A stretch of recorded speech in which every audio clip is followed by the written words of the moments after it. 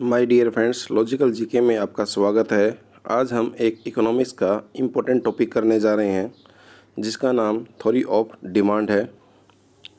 ये topic economics के basic के लिए बहुत ज़्यादा इम्पोर्टेंट है और आज हम इस चैप्टर को कंप्लीट करेंगे। तो ये चैप्टर पढ़ने के बाद आप क्या क्या चीज़ जान पाओगे।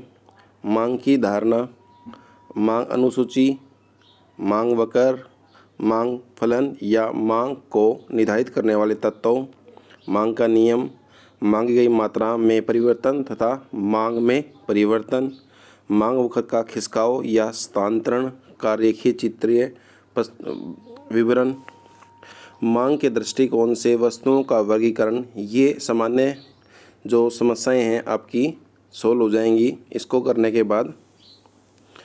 तो आगे चलते हैं। ये चैप्टर आपका इंटरेस्टिंग रहेगा और ये चैप्टर जो है और चैप्टरों के लिए बेस का काम करेगा, तो इसलिए चैप्टर को अच्छी तरह से अंडरस्टैंड करना चाहिए। ये एक इकोनॉमिक्स के बहुत ही अच्छे बेसिक तैयार करता है आपके। तो आगे चलते हैं और करते हैं स्टार्ट। देखो, आपने मांग की धारणा को हम पढ़ेंगे, कॉन्सेप्ट ऑफ डिमांड। तो साधारण शब्दों में मांग का अर्थ हम कैसे लगाते हैं। जैसे हम किसी वस्तु को खरीदना चाहते हैं, इच्छा है हमारी, तो हम उसको भी मांग कहते हैं। और कोई चीज़ की हमें ज़रूरत है, मान लीजिए मुझे एक पेन की इच्छा है, तो मैं इसे क्या कहूँगा, ये मेरी मांग है, मैं इसे मांग कर रहा हूँ। और मुझे एक पेन की ज़रूरत है, आवश्यकता है, तो हम इसे भी मांग कहते हैं। और मांग जो है वो तो है ही अर्थशास्त्र के अनुसार।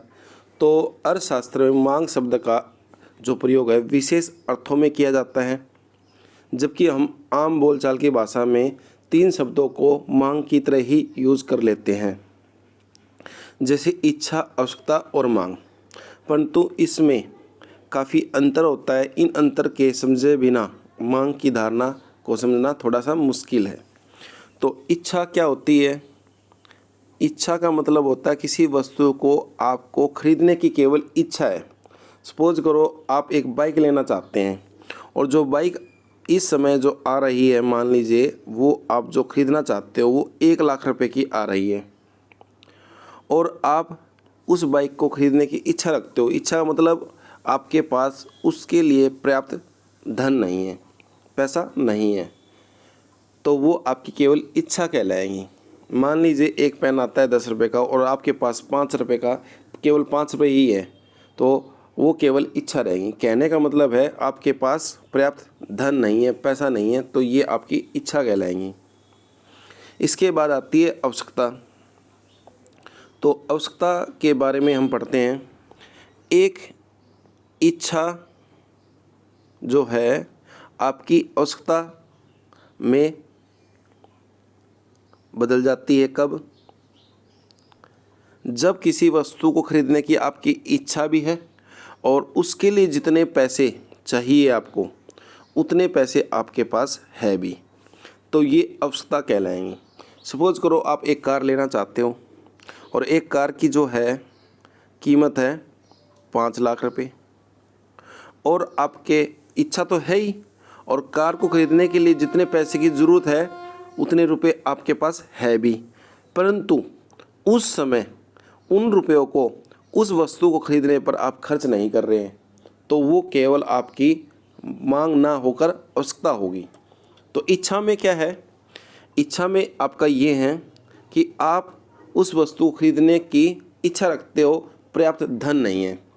परंतु एक इच्छा आवश्यकता जब बन जाती है जब आप उसे खरीदना भी चाहते हो और आपके पास पर्याप्त धन भी है, पैसा भी है, परंतु उस समय उस पैसे को उस वस्तु पे खर्च करना नहीं चाहते हो। जैसे मैं एक पेन खरीदना चाहता हूँ, 10 रुपये का है, परंतु मेरे पास रुपये नहीं है, तो केवल इच्छा है। अब मेरे पास 10 रुपये हैं भी और मैं खरीदना भी चाहता हूँ, पर मैं खरीद नहीं रहा हूँ, तो ये मेरी केवल आवश्यकता होगी। अब आती है मांग की बात। मांग क्या है फिर? जब किसी वस्तु की जितनी भी कीमत होती है उस वस्तु को खरीदने की इच्छा भी होती है और वो वस्तु जितने की आती है उसके पास उतने रुपए भी हैं, और एक निश्चित समय पर और निश्चित कीमत पर एक व्यक्ति उसको खरीदने के लिए तैयार भी है। जैसे एग्जांपल से समझते हैं, एक पेन है आपके पास और आप इसे खरीदना भी चाहते हो और ये 10 रुपये का भी आता है, और अब आप वो 10 रुपये इस पर खर्च भी करना चाह रहे हो, तैयार हो, तो वो आवश्यकता मांग बन जाएंगी आपकी। तो इसका कॉन्सेप्ट देखा आपने। पहले आती इच्छा, इच्छा में पैसे आपके पास नहीं है। फिर आती है आवश्यकता, उसमें पैसे हैं पर खर्च नहीं करना चाहते हैं। फिर आपकी आवश्यकता मांग में बदल जाती है जब आप उस रुपये को उस वस्तु पर खरीदने के लिए खर्च करने के लिए तैयार हो जाते हो, तो ये आपकी मांग बनेगी। परंतु हम साधारण जीवन में ये देखते हैं कि जो हम इच्छा बोलते हैं उसको भी हम मांग मानते हैं, और जो हमारी आवश्यकता होते हैं उसको भी हम मांग मान लेते हैं, और जो मांग होती है वो तो होती है मांग। तो इसलिए कहा गया है कि अर्थशास्त्रों में जो है मांग का विशेष अर्थों में आपका प्रयोग किया जाता है। तो ये हो गया आपका टॉपिक, ठीक है। अब मांग का हमारा कॉन्सेप्ट हुआ। अब हम देखते हैं, अब आती है आपके पास डिमांड। देखो यह इच्छा उसकी स्थिति में मांग का रूप धारण करेंगी जिस स्थिति में मतलब उस समय एक निश्चित कीमत पर आप एक रंगीन टेलीविज़न खरीदने के लिए तैयार हैं। क्योंकि इसने एग्जाम्पल किसका दिया था, रंगीन टेलीविज़न का दिया है। इस बात का क्या है, स्पष्टीकरण आवश्यक है कि एक निश्चित कीमत पर, कीमत तो देखो निश्चित होगी, समय भी निश्चित होगा। आज खरीदना चाहते हो तो केवल वो आज की बात कर रहा है, आज के समय की के संबंध में ही मांग का उल्लेख किया जाता है। मांग का उल्लेख किस में किया जाता है, मांग के समय आपकी एक निश्चित कीमत होती है, पर वो निश्चित कीमत एक निश्चित समय पे होती है। मान लीजिए आज कोई वस्तु 10 रुपये की है, आज आप इसको खरीदना चाहते हो, तो आज 10 रुपये कीमत भी निश्चित है और समय भी निश्चित है। तो जो मांग की कल्पना की जाती है वो एक निश्चित कीमत और निश्चित समय पर की जाती है के संदर्भ में उल्लेख किया जाता है। अर्थशास्त्री किसी वस्तु की मांगी गई मात्रा और मांग के संबंध में अंतर करते हैं। कैसे करते हैं देखते हैं। देखो ये आपका एक इम्पोर्टेंट पार्ट है, ये आगे जाके आपको उसका पता चलेगा।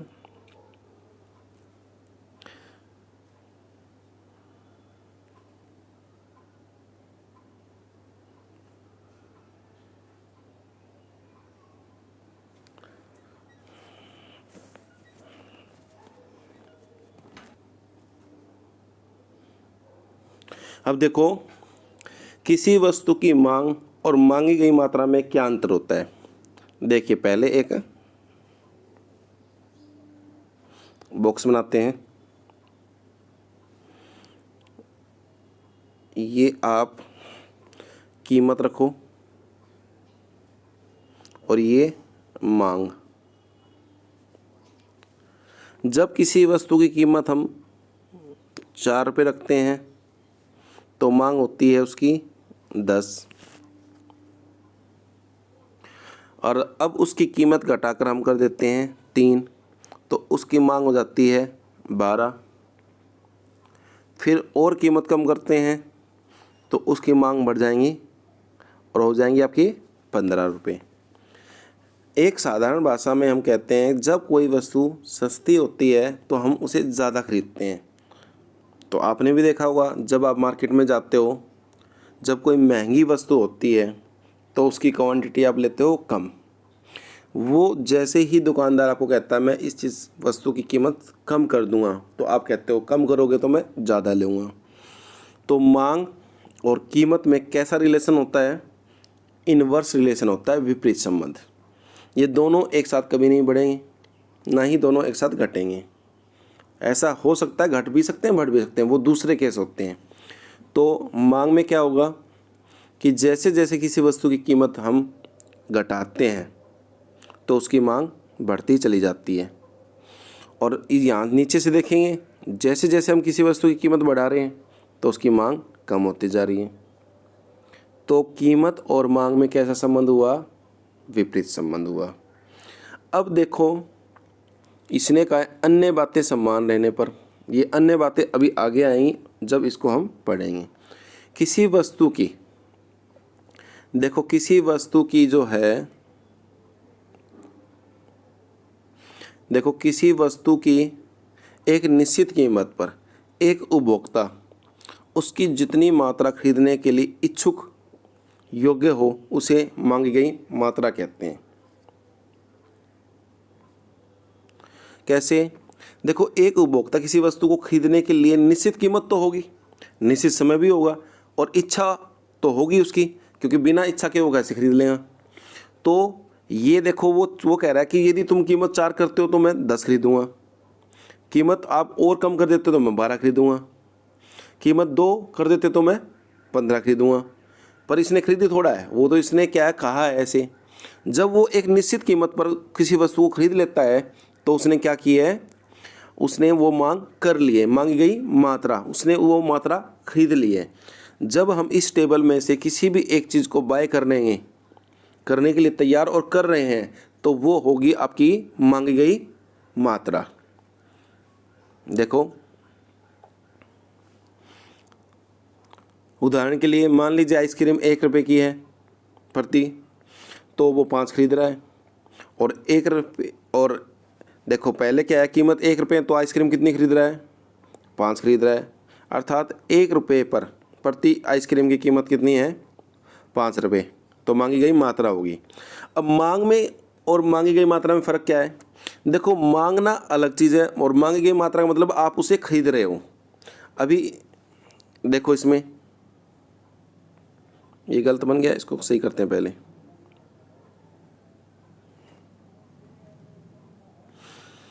देखो ये P कीमत और ये क्वांटिटी। वो कह रहा है कीमत आप 4 रखोगे तो मैं खरीदूंगा कितनी, 10, और कीमत रखोगे 5 तो खरीदूंगा 8।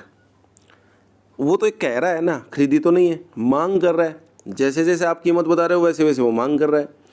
आप कह रहे हो कि कीमत 4 रखोगे तो मैं कितनी खरीदूंगा, कितनी मांग करूंगा, 10 की, और कीमत बढ़ाकर 5 कर दोगे तो मैं आपके क्या है मांग कम कर दूंगा, 10 से घटाकर 8 कर दूंगा।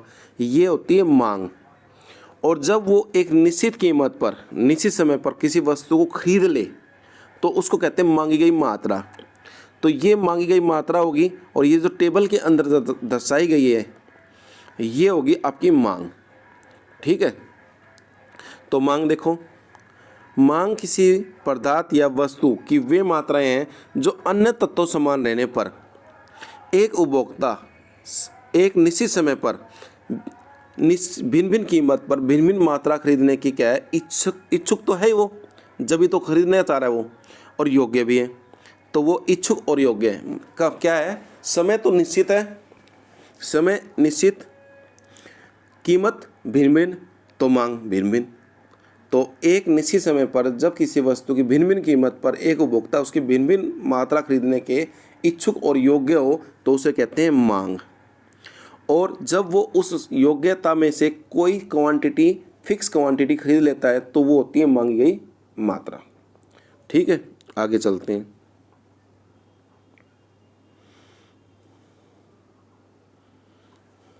देखो अब इसकी एग्जैक्ट आपको क्या है, मांग की डेफिनेशन है। मांग को जो परिभाषित किया जाता है वो किसी वस्तु को खरीदने की इच्छा और उसे संतुष्ट करने के लिए पर्याप्त धन, कहने का मतलब उस वस्तु को खरीदने के लिए जितना पर्याप्त धन है वो आपके पास होना भी चाहिए, और उस धन को खर्च करने के लिए क्या है आप तत्परता भी होनी चाहिए, माने खर्च करने के लिए तैयार भी होने चाहिए, उसके रूप में दी जाती है। तो क्या कहते हैं, मांग की परिभाषा किसी वस्तु को खरीदने की इच्छा, उसे संतुष्ट करने के लिए पर्याप्त धन और धन को खर्च करने के लिए तत्परता के रूप में दी जाती है, उसके लिए तैयार। ठीक है, वस्तु को खरीदने की इच्छा होनी चाहिए, उसी इच्छा को पूरा करने के लिए पर्याप्त धन होना चाहिए योग्य, और धन को खर्च करने के लिए आप तैयार भी हो, तत्परता भी हो आप में। तो ये आपकी मांग की डेफिनेशन है। आगे देखो, अब आएगा आपका क्या है, मांग की परिभाषा करने के बाद मांग अनुसूची होता है, डिमांड शेड्यूल। तो डिमांड शेड्यूल क्या होता है जो आप एक तालिका बनाते हो, जैसे अभी हमने एक तालिका बनाई थी जिसमें हमने यहाँ पर P और यहाँ पर Q, यहाँ कीमत हमने 4 रखी थी, तो यहाँ पर हमने 10 खरीदी और फिर हमने कीमत बढ़ाकर कितनी कर दी 5, तो हमने 8 खरीदी। ठीक है, यदि हम कीमत 6 कर देंगे तो वो कम खरीदे हैं। तो मांग अनुसूची वह तालिका एक टेबल है जो अन्य बातें समान रहने पर किसी वस्तु की भिन्न कीमत होने पर, देखो अलग अलग कीमत है ना, तो उसकी अलग अलग मात्रा खरीदने को लिए वो तैयार है, उसके संबंध को दर्शाता है। किसको? किसी वस्तु की कीमत और उसकी मात्रा को के बीच में जो संबंध दर्शाए उसको कहते हैं डिमांड शेड्यूल।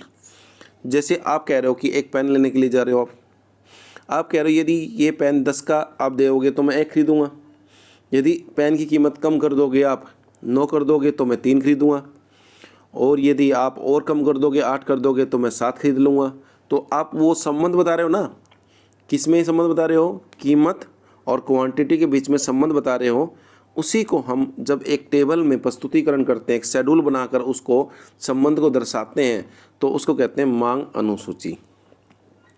ठीक है, अब देखो इसकी डेफिनेशन सैमुअल्स असंस के अनुसार, वह तालिका जिसमें कीमत और खरीदी गई मात्रा के संबंध को प्रकट किया जाए वह मांग अनुसूची है। तो ये किसके अंदर रिलेशन क्रिएट करता है? प्राइस और क्वांटिटी ऑफ डिमांड। अब ये भी 2 प्रकार का होता है, एक होता है व्यक्तिगत, एक होता है बाजार। एक तो होती है इंडिविजुअल डिमांड शेड्यूल, एक होता है मार्केट डिमांड शेड्यूल। इंडिविजुअल क्या होता है? जैसे मान लो मैं एक पेन खरीदना चाहता हूँ तो मैं एक तो व्यक्तिगत हो गया, पर मेरे साथ मेरे 5 दोस्त और भी उस पेन को खरीदना चाहते हैं और मार्केट में केवल 5 ही जने हैं। जब वो पेन खरीदना चाहते हैं सभी मिलकर, उनकी सभी की मांग को जोड़ दिया जाए तो वो बाजार मांग होगी। मान लीजिए मेरे पास, मैं किसी वस्तु को 4 रुपये पे 10 खरीदना चाहता हूँ, मेरे दोस्त 12 खरीदना चाहते हैं, मेरा एक दोस्त उसे 15 खरीदना चाहता है, एक दोस्त उसे और 15 खरीदना चाहता है। तो 4 रुपये पे कितना खरीदना चाह रहे हैं बाजार? देखो मैं जब अध्ययन करता हूँ मेरा, तो ये 4 पे 10, तो ये हो गया व्यक्तिगत मेरा। जब 4 कीमत पर सभी कितने खरीदना चाहते हैं, जितने भी उपभोक्ता है, जैसे अब इसमें कितने हो गए 15 और 15 30, 42 और 52, तो 4 पे कितने खरीदना चाहते हैं, कितनी मांग है 52। तो ये मांग किसी एक व्यक्ति की तो है नहीं, व्यक्तियों के मिलकर की गई डिमांड है, तो ये होगी आपकी बाजार मांग। तो ये होती है बाजार मांग, जब एक ही कीमत के सभी उपभोक्ताओं के द्वारा जितनी डिमांड की जाए, मांग की जाए, उसका योग कर लिया जाए भिन्न भिन्न व्यक्तियों के द्वारा, तो वो होती है बाजार मांग। तो अब ये देखेंगे इसको, तो बाजार जो व्यक्तिगत मांग अनुसूची 2 प्रकार की होती, वो मांग अनुसूची 2 प्रकार की होती है, एक व्यक्तिगत एक बाजार। व्यक्तिगत में क्या होता है? व्यक्तिगत में वह मांग अनुसूची है जो मांग के अन्य निर्धारक तत्वों अपरिवर्तित, माने अन्य बातें असमान रहने पर, ठीक है, की दशा में एक व्यक्ति के द्वारा एक निश्चित समय पर किसी वस्तु की भिन्न भिन्न कीमत होने पर उसकी भिन्न भिन्न मांग करें। अभी बताया था कीमत जैसे आप घटाओगे, जैसे आज मान लीजिए 1 तारीख है और अभी आप दुकान पे गए और कीमत कह रहा है वो 10 रुपये है, जैसे इसी का एग्जांपल ले लेते हैं, पर कीमत इसमें जो डेट है वो निश्चित होती है, समय निश्चित होता है, समय नहीं बदलता है। कीमत 1 है तो वो कह रहा है मैं 4 खरीदूँगा आइसक्रीम, और आइसक्रीम की कीमत क्या कर देते हो आप, बढ़ाकर कितनी कर देते हो, 1 से बढ़ाकर 2 कर देते हो, तो वो कहता है मैं कम खरीदूँगा क्योंकि महंगी हो गई। 3 करोगे तो और भी कम खरीदूँगा, 4 खरीदोगे तो और भी मैं कम खरीदूँगा, मांग करूँगा। तो इसके और इसके बीच में जो रिलेशन है ये एक व्यक्ति के द्वारा खरीदी जा रही है ना, तो ये हो गया व्यक्तिगत मांग अनुसूची।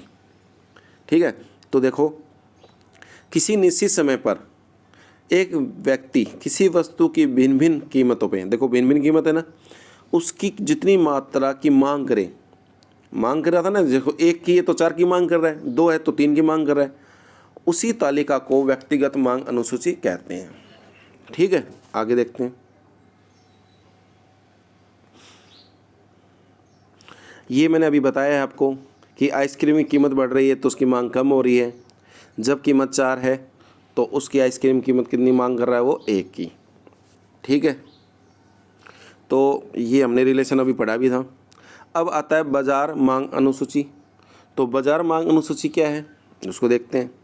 अभी बताया था आपको कि जब एक ही वस्तु के एक निश्चित समय पर एक ही वस्तु के अनेक क्रेताओं के द्वारा मांग की जाए और उस मांग को जोड़ दिया जाए और जोड़ी हुई मांग के बीच में और कीमत के बीच में संबंध स्थापित किए जाए या संबंध को दर्शाएं। देखो, प्रत्येक बाजार में किसी वस्तु के जैसे सेब, आइसक्रीम के बहुत सारे क्रेता होते हैं।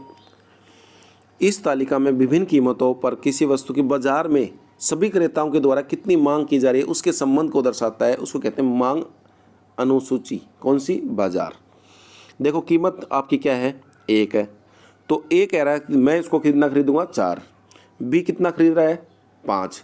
हम ये मान के चलते हैं कि अगर बाजार में कितने कस्टमर हैं? 2 ही हैं, तो टोटल डिमांड कितनी हुई? 9। तो 1 पे कितनी है? 9। ऐसी कीमत कितनी हुई? 2। 2 के बाद देखो 3 और 4, 7 खरीद रहा है। अब कीमत जैसे बढ़ेंगी तो उसकी मांग तो कम होगी, तो 2 पे कितना है? 7। 3 पे कितना है? 5 और 4 पर जब कीमत 4 है तो उसकी 3। तो इसके बीच में जो संबंध दर्शा रहा है ये, वो कौन सी मांग अनुसूची है? बाजार। क्योंकि एक व्यक्ति ना होकर यहाँ पर सभी क्रेताओं की मांग के साथ संबंध जोड़ा जा रहा है, तो इसे बाजार मांग अनुसूची कहते हैं। देखो, बाजार मांग अनुसूची की परिभाषा किसी वस्तु की उस मात्राओं के रूप में दी जाती है जो उस वस्तु की सभी उपभोक्ताओं की एक निश्चित समय पर संभव कीमतों पर खरीदने के लिए तैयार है। देखो, भिन्न भिन्न कीमत पे 1 है तो 9 खरीदने के लिए तैयार है बाजार में लोग, 2 है तो 7 है, 3 है तो 5 है, ये 3 है तो कितनी होगी? 5, और 4 है तो कितनी होगी? 3। ये आपकी होगी। ठीक है, अब आगे देखते हैं। देखो, इसकी ये दी हुई है डेफिनेशन, इसको कर सकते हो आप। मांग अनुसूची, बाजार मांग अनुसूची किसी वस्तु की उन विभिन्न मात्राओं को दिखाती है जिन्हें बाजार में सभी उपभोक्ता एक निश्चित समय पर एक वस्तु की भिन्न भिन्न संभव कीमत पे खरीदने के लिए तैयार है। क्योंकि कीमत तो अलग अलग होगी तो खरीदने की मात्रा भी अलग अलग होगी, पर समय क्या होगा? निश्चित। ठीक है, इसके बाद देखते हैं मांग वक्र। मांग वक्र क्या है? मांग वक्र जो है, जब हम मांग अनुसूची को, जो आपका डिमांड शेड्यूल है, जब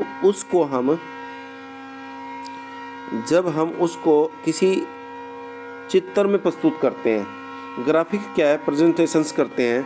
देखो, मांग अनुसूची के रेखीय चित्रीय प्रस्तुतिकरण को ही मांग वक्र कहते हैं।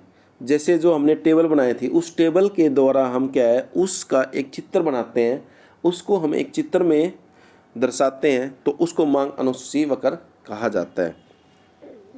देखो, मांग वक्र किसी दिए हुए समय पर समय और मांग के अन्य निर्धारक तत्वों अपरिवर्तित रहने की दशा में किसी वस्तु की भिन्न भिन्न कीमत होने पर उसकी भिन्न भिन्न मांग की जाती है। जब उस मांग और मात्राओं को चित्र द्वारा प्रस्तुतिकरण किया जाता है तो उसको क्या कहते हैं? हम मांग वक्र। देखो, आगे दिखाएंगे। जैसे ये आपका मांग, इसको आगे दिखाते हैं। चलो, ये भी कितने प्रकार का होता है? 2 प्रकार का होता है। जैसे डिमांड शेड्यूल होता है ना, 2 टाइप्स, तो ऐसे आपका डिमांड करो भी 2 टाइप्स होता है। एक इंडिविजुअल डिमांड करो, एक मार्केट डिमांड करो। ठीक है, इसकी डेफिनेशन करना चाहो तो ये वाली आपकी आसान है, ये कर सकते हो आप।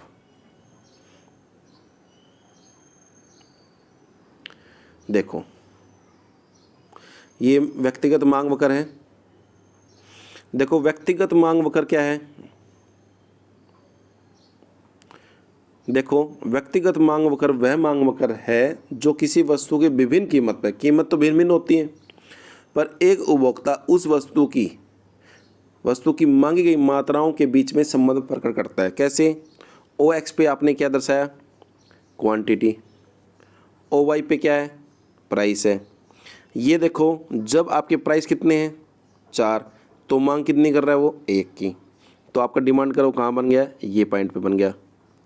जब कीमत कम करोगे आप, तो कीमत कम करके कितनी करी आपने, 4 से 3, तो आपकी डिमांड 1 से बढ़कर कितनी होगी, 2। तो नया डिमांड कर्व कौन सा आ गया, ये आ गया। अब आपने कीमत और कम करी, 3 से कम कर दी 2, तो आपका डिमांड कर्व कितना आ गया, ये आ गया। और मांग कितनी होगी, 2 से बढ़कर 3, और नया डिमांड कर्व कौन सा होगा, ये डिमांड। आपका कीमत और कम करी 1, तो 1 पे कितना खरीदा है वो, 4। तो ये तो आपने टेबल बनाई हुई है, देखो 4 3 2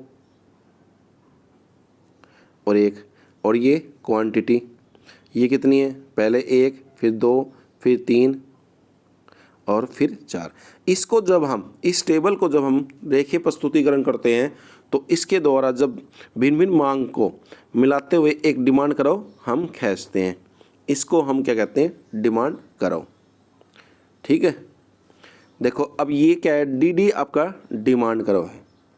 ओ एक्स पे क्या दर्शाया आपने, प्राइस, और ओ वाई पे ना, ओ एक्स पे आपने क्वांटिटी, ओ वाई पे प्राइस दर्शाया है। और आप एक चीज़ देखोगे इसमें जो इम्पोर्टेंट है, जो डिमांड और प्राइस के अंदर कैसे रिलेशन होते हैं, नेगेटिव रिलेशन होते हैं, दोनों एक साथ नहीं बढ़ते हैं। तो negative slope of demand curve कहा जाता है, कैसे, क्योंकि ये आपका डाउनवर्ड में है। ठीक है, आई बात समझ में। तो मांग कर्व जो होता है वो नेगेटिव स्लोप ऑफ डिमांड होता है, कर्व होता है, वो ऋणात्मक मांग वक्र होता है। ठीक है,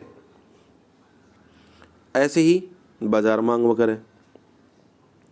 बाजार मांग वक्र में क्या है, देखो बाजार मांग वक्र वह वक्र है जो किसी वस्तु की भिन्न भिन्न कीमतों पर बाजार के सभी उपभोक्ताओं के द्वारा जितनी भी मांगी गई मात्रा है उसको जोड़ दो। देखो ये हमने ए का पढ़ा, ये बी का पढ़ा, जब ये इंडिविजुअल पढ़ते हैं तो ये इंडिविजुअल डिमांड कर्व है। जब दोनों को जोड़ देंगे, देखो क्या हुआ है, ओ एक्स पे क्या है, क्वांटिटी, ओ वाई पे प्राइस है। अब यहाँ पर देखो कीमत कितनी थी, 4, तो ए ने कितनी डिमांड की थी, 1 की, और बी ने कितनी थी, 2 की, तो डिमांड कितनी आ गई, टोटल 3 आ गई। तो नया डिमांड कर्व क्या है, ये पॉइंट पे इस पे आ गया। अब ऐसे ही आपने कीमत कम करोगे, तो 3 पे कितने खरीदा है, 2, और ये 3 पे खरीदा है 3, तो 5 हो गई। ठीक है, ऐसे ही ये देखो 2 पे कितना खरीद रहा है, ये 2 पे कितना खरीदा है, 3, और ये 2 पे कितना खरीदा है, 4, तो 2 पे कितनी खरीदी जा रही है आपकी, 7, तो ये 7 होगी। ये ऐसे हो गया, ये 2 पर मिला के यहाँ पर 7 मिला लो। फिर 1 पे कितना, ये कह रहा है मैं 4 खरीदूँगा, और ये कितना कह रहा है, मैं 5 खरीदूँगा, तो 1 पर कितनी होगी, 9। ये ऐसे हो गया, ये आपके बन गए ना। इन्हीं सभी पॉइंटों को मिलाते हुए जो है एक डिमांड कर्व बनाया जाएगा, जो कि मार्केट होगा। क्योंकि हम ये मान के चल रहे हैं मार्केट में केवल 2 ही व्यक्ति है, ए और बी, तो ए और बी को जब मिला देंगे उसका एक डिमांड कर्व बनाया जाएगा। उसको जब दर्शाएंगे, रेखीय प्रस्तुतिकरण करेंगे, तो उसको कहेंगे मार्केट डिमांड कर्व। ठीक है, ये भी कैसे रिलेशन क्रिएट करता है, आपके इनवर्स। ठीक है, ये आपका क्या हुआ, बाजार मांग वक्र। ठीक है, देखो बाजार मांग में क्या होता है, सभी व्यक्तियों के द्वारा जितनी मांग की जाती है उसको जोड़ दिया जाता है और कुछ नहीं होता। आपके घर में जैसे आप रोटी बना रहे हो, एक व्यक्ति रोटी खा रहा है मान लीजिए 5, दूसरा खा रहा है 2, तीसरा खा रहा है 6, चौथा खा रहा है मान लो 7। जब इसको जोड़ दिए जाएंगे तो सभी रोटी आ जाएंगी। तो वो ये कह रहा है कि सभी कितने कर रहे हैं कंज्यूम। ठीक है, और व्यक्तिगत में एक व्यक्ति की बात होती है। ठीक है, तो आगे अब देखते हैं। अब आप देखोगे कि जो मांग होती है, हमने मांग को कीमत के अनुसार देखा है अभी।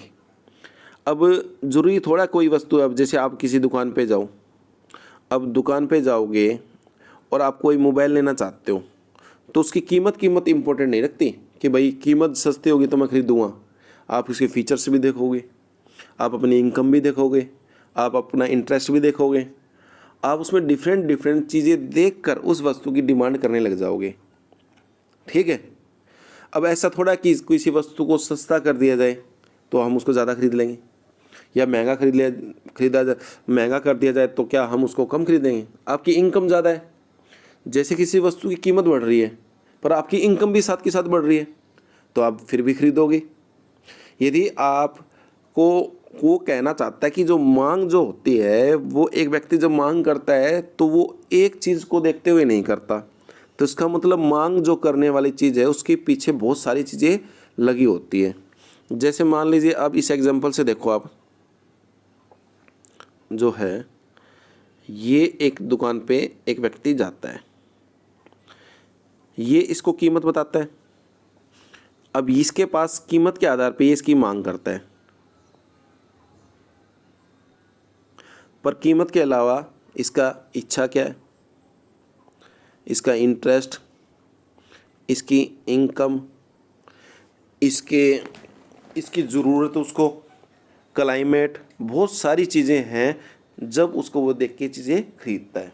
तो कहने का मतलब है मांग को निर्धारित करने वाला, मांग फलन या मांग को निर्धारित करने वाला डिमांड फंक्शन या डिटर्मिनेशन ऑफ डिमांड। डिमांड किन चीज़ों से मिलकर बनती है। एक चीज़ किसी वस्तु को ज़्यादा या कम खरीदने के लिए हमें प्रभावित नहीं करती है। ठीक है, अब पढ़ते हैं इसको। देखो, मांग फलन किसी वस्तु की मांग और उसके विभिन्न निर्धारक तत्वों के बीच में संबंध बताते हैं। जैसे किसी वस्तु की कीमत ज़्यादा होती है तो उसको कम खरीदते हैं, कम होती है तो ज़्यादा खरीदते हैं। ऐसे किसी व्यक्ति की आय ज़्यादा होती है तो वो ज़्यादा खरीदता है, कम होती है तो कम खरीदता है। इंटरेस्ट, आपने देखा होगा दारू पीने वाले, दारू महंगी हो जाए या सस्ती हो जाए वो उसको खरीदेंगे। ऐसे बहुत सारी चीज़ें हैं। अब वो कीमत मायने नहीं रख रही ना उस व्यक्ति के लिए जो दारू पीता है या कोई नशा करता है। ठीक है, तो उसके बीच में संबंध दर्शाता है किसी वस्तु की मांग और उसको निर्धारित करने वाले तत्वों के बीच में। ठीक है, इसे प्रकट करता है, इससे प्रकट होता है कि किसी वस्तु की मांग उस वस्तु की क्या है, कीमत, उपभोक्ता की आय या अन्य तत्वों से किस प्रकार से संबंधित है, किस प्रकार से जुड़ी हुई है। जैसे कीमत कम तो मांग ज़्यादा, कीमत ज़्यादा तो मांग कम, आय कम तो मांग कम, आय ज़्यादा तो मांग ज़्यादा। ठीक है, इंटरेस्ट किसी वस्तु के प्रति तो ज़्यादा खरीदोगे, कम है तो कम खरीदोगे। तो ऐसे ही ये दो प्रकार की होती है, एक व्यक्तिगत मांग फलन होता है, एक बाजार। जैसे आप इंडिविजुअल लेके देखो कि कोई चीज़ को आप ज़्यादा या कम कब खरीद रहे हो, आपको कौन कौन सी चीज़ें प्रभावित कर रही है। तो अब देखते हैं हम। देखो, मांग फलन जो है व्यक्तिगत से ज्ञात होता है कि बाजार में एक उपभोक्ता किसी वस्तु के लिए मांग जो विभिन्न तत्वों पर निर्भर करती है। अन्य शब्दों में व्यक्तिगत मांग फलन बाजार में किसी वस्तु के एक उपभोक्ता की किसी वस्तु के लिए मांग और उसके विभिन्न निर्धारक तत्वों के संबंध को प्रकट करता है। क्या संबंध है, अब देखो इसके, ये हो गया डी। एक्स का मतलब कोई भी गुड्स हो सकते हैं, एफ का मतलब होता है फंक्शन, किस किस चीज़ से प्रभावित होगी। सबसे पहले हम किसी वस्तु को खरीदते हैं तो उसकी कीमत से प्रभावित होते हैं, फिर आपकी रिलेटिव कीमत होती है, माने उससे संबंधित कोई प्रोडक्ट है मार्केट में नहीं है, फिर वाई हो गए, फिर टेस्ट हो गए, फिर एस्टिमेट हो गया आपका। आगे देखते हैं संभावनाएं। तो अब ये टॉपिक आपका अच्छा क्रिएट होता चला जाएगा, देखना अब ये बनेगा इंटरेस्टिंग। देखो, किसी वस्तु की अपनी कीमत, अपनी कीमत का मतलब मान लीजिए ये मैं एक वस्तु खरीदना चाहता हूँ, इसकी भी कोई कीमत होगी, उसको कहते हैं वस्तु की अपनी कीमत। सामान्यतः हम ये देखते हैं, साधारण जीवन में देखते हैं, जब भी कोई वस्तु सस्ती होती है तो हम उसे ज़्यादा खरीद लेते हैं और महंगी होती है तो कम खरीदते हैं। साधारण जीवन में यही एक रूल इम्प्लीमेंट होता है। तो हम ये कह सकते हैं कि जो वस्तु की मांग है ना, वो उस वस्तु की कीमत से निर्धारित होती है। मान लीजिए मैं किसी वस्तु की कीमत कम रखता हूँ तो लोग उसे ज़्यादा खरीद रहे हैं, और ज़्यादा रखता हूँ तो कम खरीद रहे हैं। तो उस वस्तु की मांग को निर्धारित करने के लिए क्या है, उसकी कीमत भी प्रभावित करती है, वस्तु की स्वयं की कीमत। स्वयं की मतलब उसकी खुद की कीमत। अन्य बातें समान रहने पर क्या है, ये जो सारी बातें हैं ये हमें क्या माननी पड़ेंगी, कांस्टेंट। अब ऐसा नहीं है किसी वस्तु की कीमत 10 है और अब इसकी वस्तु की कीमत मान लो हम कर दें 12, और डिमांड कर रहा था पहले ये 20 की, और अब ये कितने कर रहा है, यहाँ पर कीमत बढ़ने पर इसकी डिमांड कम होनी चाहिए पर इसने डिमांड ज़्यादा कर दी। बोला ऐसे कैसे, उसने कहा मेरी इनकम बढ़ गई, अब मुझे कोई फिक्र नहीं कि मैं थोड़ी बहुत बढ़ जाती। तो इसका मतलब वो कहता है कि आपको कीमत को क्या मानना पड़ेगा, स्थिर मानना पड़ेगा। जितनी कीमत ना आय को, जितनी आय है उतनी उस आय को स्थिर मान लेना चाहिए, जब आप ये नियम इम्प्लीमेंट होता है। ठीक है, देखो अब देखो, सामान्यतः किसी वस्तु की जो है, किसी भी वस्तु की मांग की मात्रा जो है उस वस्तु की अपनी कीमत में निर्भर करती है। अन्य बातें समान रहने पर वस्तु की अपनी कीमत में परिवर्तन होने में, वस्तु की कीमत घटने या बढ़ने पर उसकी मांग में भी परिवर्तन होगा। और कैसा परिवर्तन होगा?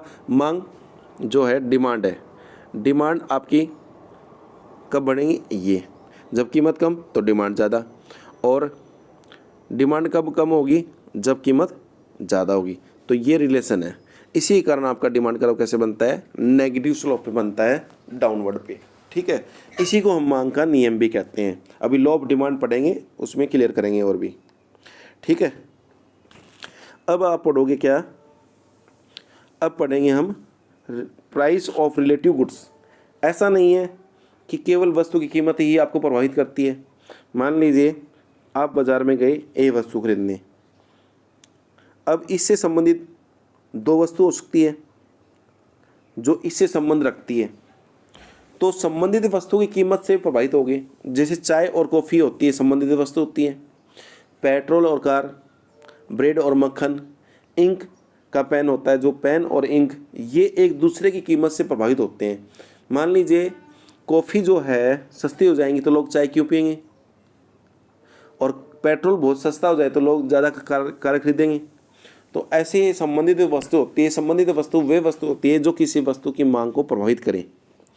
ठीक है, तो उसकी कीमत में जब चेंज होगा तो आपकी वो क्या कहलाई जाएंगी? संबंधित वस्तुओं की कीमत से प्रभावित होना, वो संबंधित वस्तु करें। अब संबंधित वस्तु कौन कौन सी रहती है? देखो, एक तो होगी आपकी कौन सी? प्रतिस्थापन वस्तु, एक होगी आपकी पूरक वस्तु। अब देखो, प्रतिस्थापन जो वस्तु है वो कौन सी होती है? प्रतिस्थापन, प्रति का मतलब क्या है? उसके प्रति, स्थापन का मतलब उसकी जगह स्थापित करना। प्रतिस्थापन मतलब एक वस्तु के स्थान पर किसी दूसरे वस्तु को यूज करना। जैसे आपने टी है और कॉफ़ी है, ये एक स्थान पर यूज हो सकती है। जहाँ आप टी पीते थे वहाँ कॉफ़ी भी पी सकते हो, और जहाँ कॉफ़ी पीते हो वहाँ टी भी पी सकते हो। तो प्रति का मतलब है इसके प्रति, स्थापन का मतलब इसके जगह मैं उसको स्थापित कर लूँगा। चाय की जगह मैं किसको यूज़ कर सकता हूँ? कॉफ़ी को, और कॉफ़ी की जगह किसको यूज़ कर सकता हूँ? चाय को। तो ये होगी प्रतिस्थापित वस्तु। जब एक वस्तु के स्थान पे हम किसी दूसरे वस्तु को यूज़ करना चाहे या कर सके तो उसको कहते हैं प्रतिस्थापन वस्तु। अब प्रतिस्थापन वस्तु की कीमत में क्या है? चेंज होने पर हमारी मुख्य जिसका हम स्टडी कर रहे हैं उसकी मांग पर भी प्रभाव पड़ सकता है। वो कैसे पड़ सकता है उसको देखो। देखिए, हम पढ़ रहे हैं टी की डिमांड, चाय की। चाय की कीमत कितनी है? देखो 10। ठीक है, और इसकी डिमांड कितनी है? मान लो 20। ये हमें टेबल दी हुई है ऐसे। इसी समय आपकी कॉफ़ी की जो कीमत है वो घट भी सकती है और बढ़ भी सकती है। मान लो अभी कॉफ़ी की कीमत कितनी है? मान लीजिए इसको, मान लीजिए कॉफ़ी की कीमत कितनी है आपकी? 20 रुपये। कितने भी व्यक्ति इसको पी रहे हैं। अभी कॉफ़ी की कीमत बढ़ाकर मान लो 50 कर दो। अब 50 होने से जो व्यक्ति कॉफ़ी पी रहा था अब उसको लगेगा ये कीमत ज़्यादा हो गई, मैं इसको नहीं खरीद सकता, तो मैं कॉफ़ी की जगह क्या पी सकता हूँ? चाय। तो जब आपकी प्रतिस्थापन वस्तु की कीमत बढ़ रही है तो यहाँ पर क्या होगा कि कुछ लोग वहाँ से छोड़कर कॉफ़ी पीना छोड़कर क्या पीना स्टार्ट कर देंगे? आपका चाय पीना स्टार्ट कर देंगे, टी। अब टी की डिमांड उसी 10 रुपये की कीमत पर कितनी हो जाएंगी? मान लो 30 होगी ना। ऐसे ही जब कॉफ़ी सस्ती हो जाए, कॉफ़ी मान लीजिए कॉफ़ी की कीमत है 20 से घटकर कितनी हो जाए? 5, तो चाय वाले व्यक्ति कहेंगे जब कॉफ़ी तो है 5 की और चाय है 10 की, क्यों ना हम चाय की जगह क्या पी जाए? कॉफ़ी पी जाए। तो वो 20 व्यक्ति जब वो 10 की कीमत पर क्या पी रहे थे? वो टी पी रहे थे, कंज्यूम कर रहे थे। अब वो उसको छोड़कर क्या करेंगे कि 5-10 व्यक्ति कहाँ चले जाएंगे? कॉफ़ी पीने चले जाएंगे। तो 10 पर कितनी डिमांड आ जाएंगी, मान लीजिए 12 की। 8 व्यक्ति कहाँ चले गए, कॉफ़ी पीने के लिए चले गए। तो इससे क्या हुआ, हमने ये देखा कि जैसे ही हम हमारी प्रतिस्थापन वस्तु की कीमत को घटा रहे हैं या बढ़ा रहे हैं, तो हमारी जो मेन डिमांड है जिसकी हम स्टडी कर रहे हैं उस पर भी इफेक्ट पड़ रहा है, उसकी डिमांड पे इफेक्ट पड़ रहा है। ठीक है, तो अब इसको मैं टेबल के द्वारा बता देता हूँ क्या इफेक्ट पड़ रहा है। देखो आपके ये जो टी है और ये क्या है, पी है किसका, सब्स्टिट्यूट्स गुड्स, और ये टी की डिमांड है। इसकी कीमत यदि बढ़ रही है, ये महंगी हो रही है, तो कुछ व्यक्ति यहाँ आकर यहाँ पीने लग जाएंगे तो इसकी डिमांड बढ़ जाएंगी। यदि कॉफ़ी जो है सस्ती होगी तो चाय लोग छोड़कर कॉफ़ी पीना स्टार्ट कर देंगे, तो क्या होगा, तो इसकी डिमांड कम हो जाएगी। तो प्रतिस्थापन वस्तु की कीमत बढ़ने पर इसकी डिमांड बढ़ेगी और प्रतिस्थापन वस्तुओं की कीमत होने पर इसकी डिमांड कम होगी। तो कैसा रिलेशन है, डायरेक्ट रिलेशन है। ठीक है, आगे देखें। अब होती है पूरक वस्तु, कॉम्प्लीमेंट्री गुड्स। पूरक का मतलब होता है जब दो या दो से ज़्यादा वस्तु मिलकर जब पूरा किसी कार्य को करें। जैसे मान लीजिए, अब मान लीजिए कार है, कार की और पेट्रोल, जब भी तो वो चलेंगी। पेट्रोल होगा तो कार नहीं चल सकती, कार है पर पेट्रोल नहीं है तो चल सकती है क्या, और पेट्रोल है तो कार कैसे चल सकती है, कार है ही नहीं यहाँ पे। ऐसे जब दो या दो से ज़्यादा वस्तु मिलकर क्या है, एक काम को पूरा करें। जैसे आपकी मम्मी घर पे खाना बनाती है, तो खाना बनाने के लिए मान लीजिए सब्जी बना रही है, तो केवल सब्जी से थोड़ा काम चलेगा। सब्जी का मतलब आपके कच्ची सब्जियाँ, उसमें मसाला भी घेरना पड़ेगा, पानी भी घेरना पड़ेगा, उबालना भी पड़ेगा, जब वो सब्जी बनेगी। इसका मतलब सब्जी बनाने के लिए बहुत सारे आपको क्या कंपोनेंट डालने पड़ेंगे, जब वो सब्जी बन के तैयार होगी। ऐसे ही किसी वस्तु को जब मिलकर कोई काम पूरा करें, उद्देश्य पूरा करें, तो उसको क्या होगा, उसको कहते हैं पूरक वस्तु। देखें पूरक वस्तु के बारे में। जैसे मान लीजिए आप पेन और स्याही वाला पेन लेते हो, आपके पास पेन है पर इंक नहीं है, क्या उससे लिख सकते हो, पर आपके पास इंक है पेन नहीं है फिर भी नहीं लिख सकते।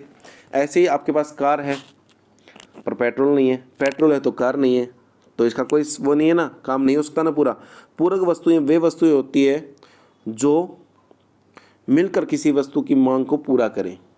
ठीक है, अब पूरक वस्तुएं की कीमत घटने या बढ़ने से भी इफेक्ट पड़ता है। ठीक है, वो कैसे बढ़ता है देखते हैं हम। देखो आप कार की डिमांड कर रहे हो, कार की जो डिमांड है जो है कैसे इफेक्टेड होगी पेट्रोल से। पेट्रोल मान लीजिए 100 रुपये, मान लीजिए 70 रुपये लीटर आ रहा है आपका, कितने आ रहा है, 70 रुपये लीटर। इस समय लोगों के पास मान लीजिए बाज़ार में कितनी है, इसको 10 कार की डिमांड है। यदि पेट्रोल महंगा हो जाए, पेट्रोल महंगा हो जाए, मान लीजिए पेट्रोल की कीमत हो जाए 150 रुपये,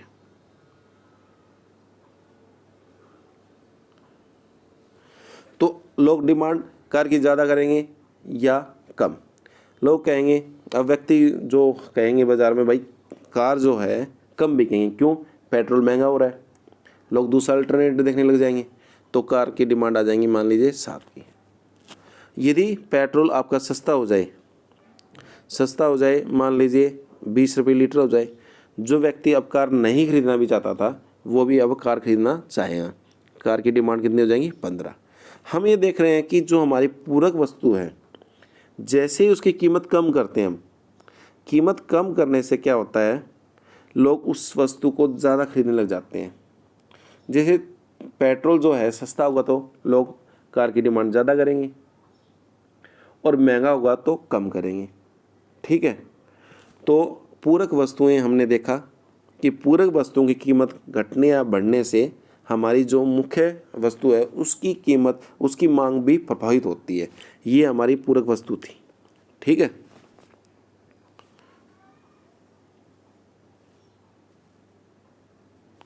जैसे कार हमारी मेन गुड्स है। ठीक है, इसकी डिमांड देखते हैं हम। और अब देखते हैं आगे, ये होगी हमारी कॉम्प्लीमेंट्री गुड्स की कीमत।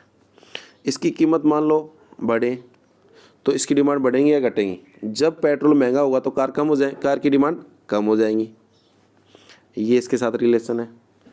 और जब पेट्रोल की कीमत कम होगी तो डिमांड कार की ज़्यादा होगी, तो इसके साथ इसका रिलेशन है। तो हम ये देख रहे हैं कैसा रिलेशन है, इनवर्स रिलेशन है। ठीक है, तो ये हमने देखा। ठीक है, दोनों के बीच में हमने देखा कैसा रिलेशन है। देखो डिमांड यहाँ लिखते हैं ऐसे, इंक्रीज या डिक्रीज। अब देखते हैं सब्स्टिट्यूट्स गुड्स की कीमत। यदि सब्स्टिट्यूट्स की कीमत कॉफ़ी महंगी होगी, वो प्रतिस्थापन वस्तु जो है वो महंगी होगी, तो इसकी डिमांड बढ़ जाएंगी। और जब प्रतिस्थापन वस्तु की कीमत कम होगी तो इसकी डिमांड कम हो जाएंगी। ये तो हो गया सब्स्टिट्यूट गुड्स में। अब आपका कॉम्प्लीमेंट्री गुड्स में जो पूरक वस्तु है उसके साथ क्या है, उल्टा रिलेशन है। जब इसकी कीमत कम होगी तो इसकी डिमांड बढ़ेगी, और इसकी कीमत ज़्यादा होगी तो इसकी डिमांड कम होगी। तो हमने क्या देखा, जो प्रतिस्थापन वस्तु है उसकी कीमत के साथ तो हमारा सीधा संबंध है, डायरेक्ट रिलेशन है, और इसके साथ नेगेटिव रिलेशन है। ठीक है, ये बात इसकी इम्पोर्टेंट है, ध्यान रखना। अब ये टॉपिक आसान होता जाएगा। देखो उपभोक्ता की आय, किसी वस्तु को आप जब खरीदने जाते तो आपकी आय बहुत ही ज़्यादा मैटर करती है उस वस्तु को खरीदने की ऊपर, कि ज़्यादा खरीदोगे या कम खरीदोगे। गुड्स हमारे पास दो प्रकार के होते हैं, एक तो होते हैं अच्छे जिसको नॉर्मल गुड्स कहते हैं, एक होते हैं इन्फीरियर गुड्स जो घटिया प्रकार के होते हैं। मान लीजिए आपकी आय जो है वो बढ़ रही है, तो आप डिमांड ज़्यादा करोगे या कम? सीधी सी बात है, हम ज़्यादा करेंगे। मान लीजिए आज आपके पास क्या है, किसी व्यक्ति के पास मान लीजिए 500 रुपये हैं, तो वो जो नॉर्मल गुड्स है उसकी डिमांड कम करेगा। जब उसकी आय बढ़ेंगी तो डिमांड ज़्यादा होगी या कम? ऑब्वियसली ज़्यादा होगी। तो नॉर्मल वस्तुओं के साथ जो नॉर्मल गुड्स है उसके साथ कैसा रिलेशन होता है, आय का सीधा संबंध होता है। देखो आय ज़्यादा तो डिमांड ज़्यादा, और आय कम तो डिमांड कम। जैसे आपके पॉकेट में ज़्यादा पैसा है तो ज़्यादा खर्च करोगे, ज़्यादा वस्तुएं खरीदोगे, और आपकी आय, आपकी पॉकेट में पैसा कम कर दो तो आप खरीदना भी कम कर दोगे। ठीक है, ऐसे ही देखो ये तो साधारण वस्तुओं के साथ संबंध है, पर घटिया प्रकार की वस्तुएं, जैसे आपकी आय कम होगी, आपको अपना जीवन यापन करने के लिए क्या वस्तुएं तो खरीदनी पड़ेंगी, तो आप ज़्यादा खरीद नहीं सकते क्योंकि आपके पास पैसा नहीं है, तो आप घटिया प्रकार की वस्तुएं जो निम्न कोटि की वस्तुएं हैं उनको ज़्यादा खरीद लोगे। जैसे जैसे आपकी आय बढ़ेगी तो आप घटिया वस्तु खरीदना कम कर दोगे। तो निम्न कोटि के साथ कैसा संबंध होता है, उल्टा। आय ज़्यादा तो कम खरीदोगे, आय कम तो उसे ज़्यादा खरीदोगे। देखो आय कम है तो ज़्यादा खरीदोगे, आय ज़्यादा है, देखो आय जो आपकी कम है तो उसे ज़्यादा खरीदोगे, और आय ज़्यादा है तो कम खरीदोगे। ठीक है, तो ये हो गया। अब रुचि और प्राथमिकताएं, ये किसी वस्तु की मांग को प्रभावित करती है। अब मान लीजिए किसी वस्तु को खरीदने की आपका इंटरेस्ट ही नहीं है, तो आप उसकी कीमत ज़्यादा हो या कम हो आप नहीं खरीदोगे। अब किसी वस्तु को खरीदने की आपकी इच्छा है, आप उस वस्तु को ज़्यादा प्राथमिकता देते हो। जैसे आईफोन खरीदना लोग ज़्यादा इच्छुक होते हैं तो खरीदते भी उसको। तो ऐसे ही बाज़ार में क्या होता है, उन वस्तुओं की मांग ज़्यादा होती है जिसको आप प्राथमिकता ज़्यादा देते हो, मैं तो ज़्यादा देते हो, उसको आप ज़्यादा खरीदना चाहोगे। ठीक है, और जिसका आपके प्रति, जिन वस्तुओं के प्रति आपका इंटरेस्ट नहीं है तो आप उसको नहीं खरीदोगे। ठीक है, तो आप क्या समझ पाए इस बात में, जैसे एक व्यक्ति शराब है, गुटखा खाता है, अब गुटखे की कीमत बढ़े या घटे वो उसको खरीदता है, कंज्यूम करता है क्योंकि उसका इंटरेस्ट है। आपने भी देखा होगा बचपन में जिन चीज़ों को आप ज़्यादा खाते थे उनके प्रति इंटरेस्ट था, अब उन वस्तुओं के प्रति आपका इंटरेस्ट कम हो गया तो अब कम खाना स्टार्ट कर दिया आपने। तो ऐसे क्या होता है, किसी वस्तु को हम जब ज़्यादा कब खरीद सकते हैं, ज़रूरी नहीं है कीमत ही कम होने पर ज़्यादा खरीदें, हमारा इंटरेस्ट भी होना मायने रखता है। ठीक है, तो इंटरेस्ट कैसे क्रिएट होता है, बड़ी बड़ी कंपनियां विज्ञापन करती है, ऐड करती है, और लोगों के दिमाग पर वो छाप डालते हैं और बहुत सारे लोग उसे क्या है विज्ञापन को देखकर खरीदने की इच्छा जताते हैं और वो खरीदते रहते हैं। ठीक है, तो रुचि और प्राथमिकताओं के प्रति मांग में कैसा संबंध होता है कि जिन वस्तुओं के प्रति आपकी रुचि ज़्यादा होती है तो आप क्या करोगे, मांग ज़्यादा करोगे। रुचि कम होगी तो मांग कम करोगे। संभावना, भविष्य में किसी वस्तु की कीमत का क्या होने वाला है वो संभावना है। मान लीजिए आज आप किसी वस्तु की कीमत और डिमांड है, और ये डिमांड ले लो, आज ये है 10 की, आप इसको कितना खरीद रहे हो 100। आपको पता है ये कल ये वस्तु की कीमत 30 रुपये हो जाएंगी, तो आप भविष्य के लिए आज ही खरीद लोगे। तो आज 10 पे कितना खरीदने लग जाओगे आप 300। और आपको ये बता दिया जाए कि ये कल या 2-4 दिन के बाद ये वस्तु की कीमत कितनी हो जाएगी 5, तो आज इसको कम खरीदोगे। तो कहने का मतलब है आपको ये पता है कि आज मुझे एक पेन खरीदना है, 1 साल के लिए पेन खरीदने हैं, पर वो जो पेन जो है आज वो 10 का पेन है, पर ये पेन कल कितने का होने वाला है 30 का, तो आप पूरे महीने भर के लिए, पूरे साल भर के लिए आज ही खरीद लोगे। यदि आपको वो पेन दुकानदार कहे कि आज केवल आप एक खरीद लो, कल ये पेन आपका कितने का होने वाला है, सस्ता होने वाला है, 10 की बजाय अब ये 5 का हो जाएगा, तो आप क्या कहोगे, आज के लिए तो मुझे एक पेन दे दो, कल मैं ज़्यादा खरीद लूँगा। तो जब किसी वस्तु की कीमत भविष्य में कम होने वाली है तो आप आज उसको कम खरीदोगे, और भविष्य में जब किसी वस्तु की कीमत ज़्यादा होने वाली है तो आप उसको आज बहुत ज़्यादा खरीद लोगे। ठीक है।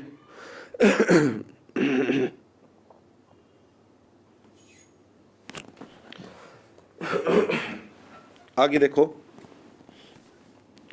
बाजार मांग, ये हमने अभी पढ़ा था, ये पढ़ा था हमने केवल बाजार मांग, ये व्यक्तिगत बाजार वाला पढ़ा था हमने, तो ये व्यक्तिगत फलन पढ़ा था। अब बाजार मांग फलन, तो बाजार में क्या होता है, जो व्यक्तिगत है वो तो सारे आने ही हैं, यहाँ तक जो ये तो हमने पढ़े ही हैं, वो तो वैसे के वैसे ही आएंगे, उसके अलावा ये और ऐड हो गए हैं।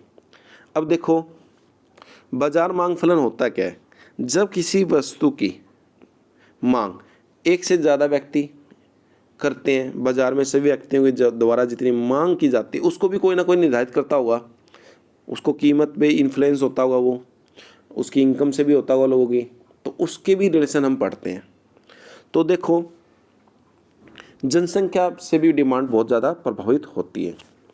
जनसंख्या का क्या है, जो है जनसंख्या मांग को सीधे प्रभावित करते हैं। साधारण शब्दों में हम ये कह सकते हैं कि जनसंख्या ज़्यादा होगी तो मांग ज़्यादा होगी, जनसंख्या कम होगी तो मांग कम होगी। अब स्कूल में मान लीजिए बच्चे ज़्यादा है तो कैंटीन की ज़्यादा बिक्री होगी, और कम है तो कम होगी। ऐसे ही मान लीजिए किसी वस्तु को खरीदने वालों की जनसंख्या स्पेशली बढ़ जाए, जैसे आज के टाइम में बाइक की डिमांड ज़्यादा बढ़ गई क्योंकि बाइक को खरीदने वालों की जनसंख्या बढ़ रही है, और एक समय ऐसा भी था साइकिल के खरीदने वालों की मांग ज़्यादा थी क्योंकि वहाँ साइकिल को खरीदने वालों की जनसंख्या बहुत ज़्यादा बढ़ रही थी। तो कहने का मतलब किसी पर्टिकुलर वस्तु की खरीदने के लिए क्या है, जनसंख्या बढ़ रही है तो मांग ज़्यादा होगी, और उसकी घट रही है तो मांग कम होगी। तो हम ये कह सकते हैं जब किसी वस्तु को खरीदने वालों की जनसंख्या बढ़ रही है तो उसकी डिमांड बढ़ेगी, और घट रही है तो डिमांड भी आपकी घट जाएंगी। तो जनसंख्या के साथ कैसा संबंध है, सीधा संबंध है। ठीक है। इसके बाद सरकार की नीतियाँ, सरकार की नीति क्या होगी, सरकार क्या है किसी वस्तु की मांग और मांग को प्रभावित करती है, कैसे करती है, टैक्स लगा के और सब्सिडी। टैक्स का मतलब है सरकार आपसे कुछ उस वस्तु पे चार्ज करती है, ठीक है, अप्रत्यक्ष रूप से। और सब्सिडी है जैसे आप गैस जो है, कुकिंग जो है गैस, उस पर सरकार सब्सिडी देती है। वो गैस मान लीजिए आपका आता है 1200 रुपये का, सरकार आपको कितने का देती है, वो दिलवाती है आपको 900 रुपये का, तो 300 रुपये आपको सब्सिडी दे दी। ऐसे ही मान लीजिए एक पेन बनकर आता है 10 का, सरकार कहती है इसे 10 का ना बेचकर 12 का बेचो, 2 रुपये मुझे दो, सरकार ने टैक्स लगा दिया। तो इससे आपकी डिमांड प्रभावित होगी या नहीं होगी, होगी। क्यों होगी, क्योंकि आपकी कीमत घट रही है बढ़ रही है। देखो कैसे, यदि सरकार किसी वस्तु पर टैक्स लगा दे तो डिमांड आपकी कम हो जाएंगी, और टैक्स घटा दे तो डिमांड भी आपकी इंक्रीज हो जाएंगी। सब्सिडी के साथ उल्टा रिलेशन है। सब्सिडी यदि इंक्रीज तो डिमांड इंक्रीज, सब्सिडी डिक्रीज तो डिमांड डिक्रीज। कहने का मतलब सरकार छूट ज़्यादा देंगी तो आप ज़्यादा खरीदोगे। क्यों दोगे? क्यों? क्योंकि वस्तु सस्ती हो जाएगी। और सरकार ने सब्सिडी देना बंद कर दिया तो वो वस्तु महंगी हो जाएंगी तो आप उसको कम खरीदोगे। सरकार आपसे टैक्स ज़्यादा लेंगी तो वस्तु महंगी ज़्यादा होगी तो आप उसको क्या करोगे? कम खरीदोगे। ठीक है। और सरकार ने टैक्स लेना कम कर दिया तो वस्तु सस्ती हो जाएंगी तो आप ज़्यादा खरीद लोगे। दोनों का रिलेशन पढ़ लेते हैं।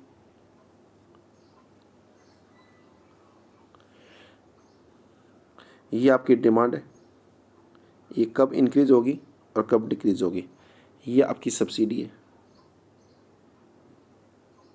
ये आपका टैक्स है। टैक्स घटेगा और सब्सिडी बढ़ेगी तो आपकी डिमांड में। ठीक है। सब्सिडी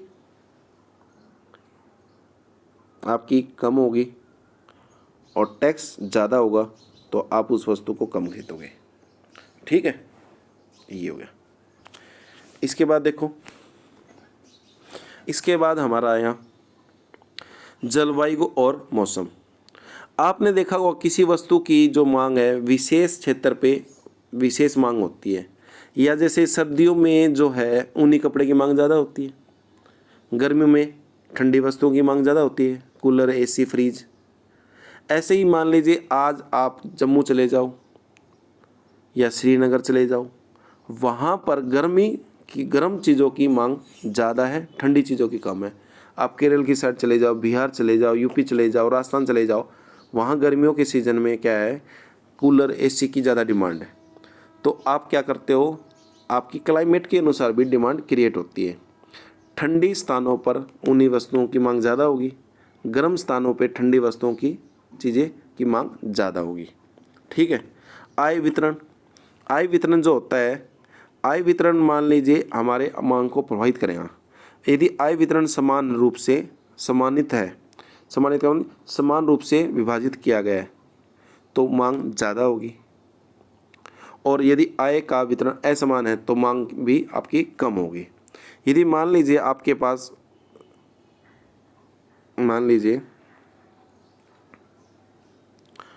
आपके घर में 5 सदस्य हैं, 1, 2, 3, 4 और 5। आपके पास 5 लाख रुपए है, आपने इसको भी 1 लाख दिया, इसको भी 1 लाख दिया, इसको भी 1 लाख, इसको भी 1 लाख, ये जाके डिमांड ज़्यादा करेंगे। और यदि आपने अलग अलग दिए, किसी को 2 लाख दिए, किसी को 50,000, किसी को 10,000, किसी को 5,000, तो वो डिमांड भी कम करेंगे। तो हम कहते हैं सरकार वो जो राष्ट्रीय आय आती है उसको यदि इक्वल बांट दे तो आपकी मांग ज़्यादा होगी। यदि असमान रूप से बांट दे अलग अलग तरीके से तो क्या होगा, डिमांड भी कम होगी। तो क्या कहेंगे हम, क्योंकि आपकी आय का कुछ हिस्सा, बहुत ज़्यादा हिस्सा कुछ लोगों के पास है और बहुत कम हिस्सा बहुत ज़्यादा लोगों के पास है, तो इस कारण आपकी डिमांड कम होती है। तो समान वितरण पे क्या होगा, मांग ज़्यादा होगी, और असमान वितरण पे मांग कम होगी। ठीक है, इसको देखते हैं। अब आपका यहाँ मांग का नियम, लॉ ऑफ डिमांड। मांग का नियम, अन्य बातें कौन सी थी? देखो, अब अन्य बातें ये थी आपकी, देखो हम मांग का नियम पढ़ रहे हैं तो वस्तु की कीमत जो है ना उसको चेंज करेंगे, बस उसको इंक्रीज या डिक्रीज। बाकी सभी वस्तुओं को कांस्टेंट मान लिया जाएगा। बाकी सभी वस्तुओं को आप क्या कहोगे, भाई प्रतिस्थापन वस्तु की कीमत जितनी है उतनी ही रहेगी, पूरक वस्तु की कीमत है उतनी ही रहेंगी जितनी हमने पहले मान ली है, उपभोक्ता की आय कांस्टेंट रहेंगी, रुचि प्राथमिकता नहीं बदलेंगी, संभावनाएं भविष्य में कीमत कम या ज़्यादा होने की कोई चांस नहीं है, जनसंख्या कंट्रोल में है, सरकार की नीति वैसी है जैसे पहले थी। तो ये चीज़ें हमें क्या माननी है, नो चेंज माननी है।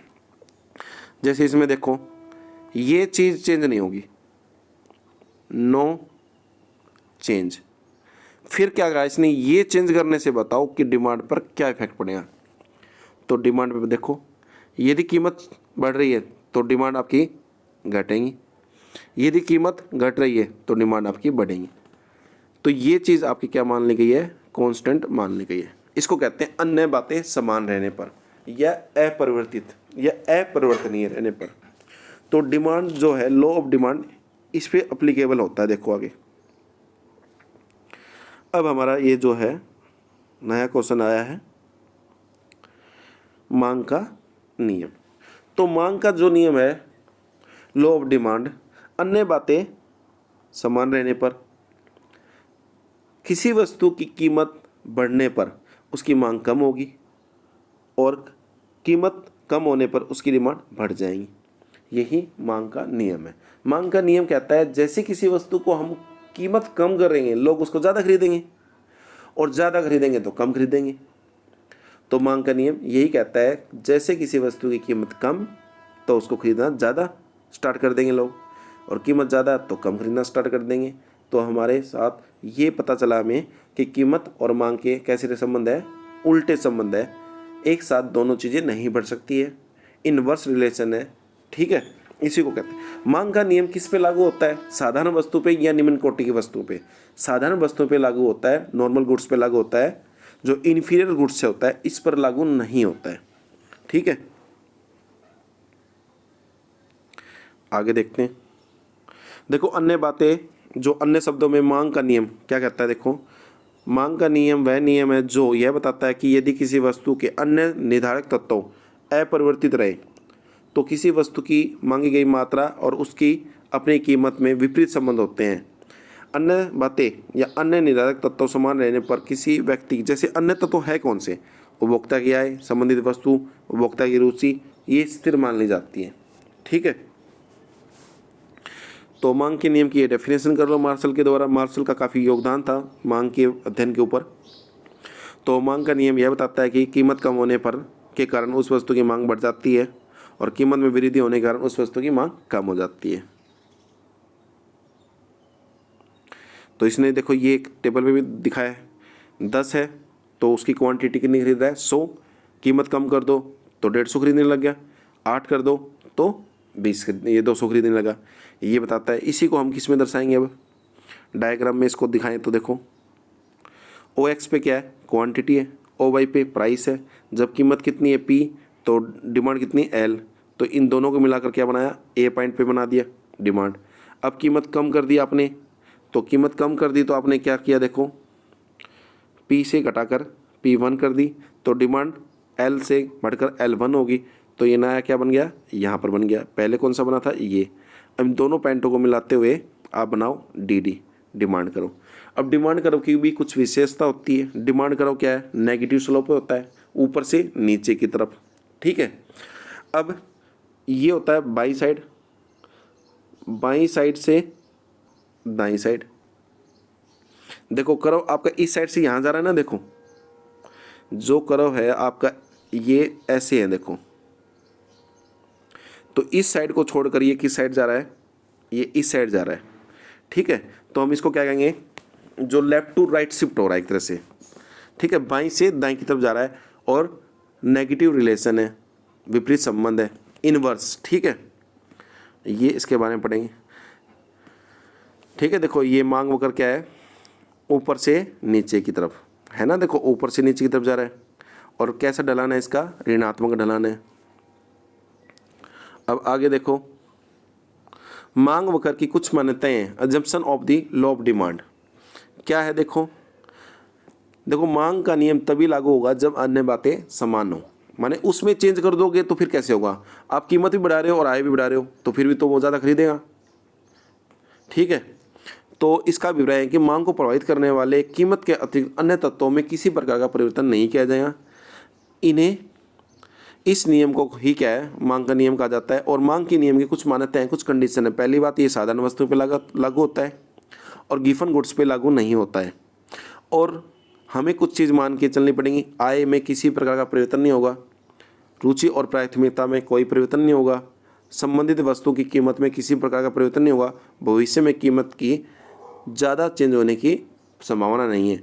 10 से 11 हो सकता है, 9 हो सकता है। ऐसा थोड़ा है कि 11 से 10 से 20 हो जाए, 10 से 5 हो जाए। ये ज़्यादा चेंज हो गया, थोड़ा बहुत चेंज चलता रहता है।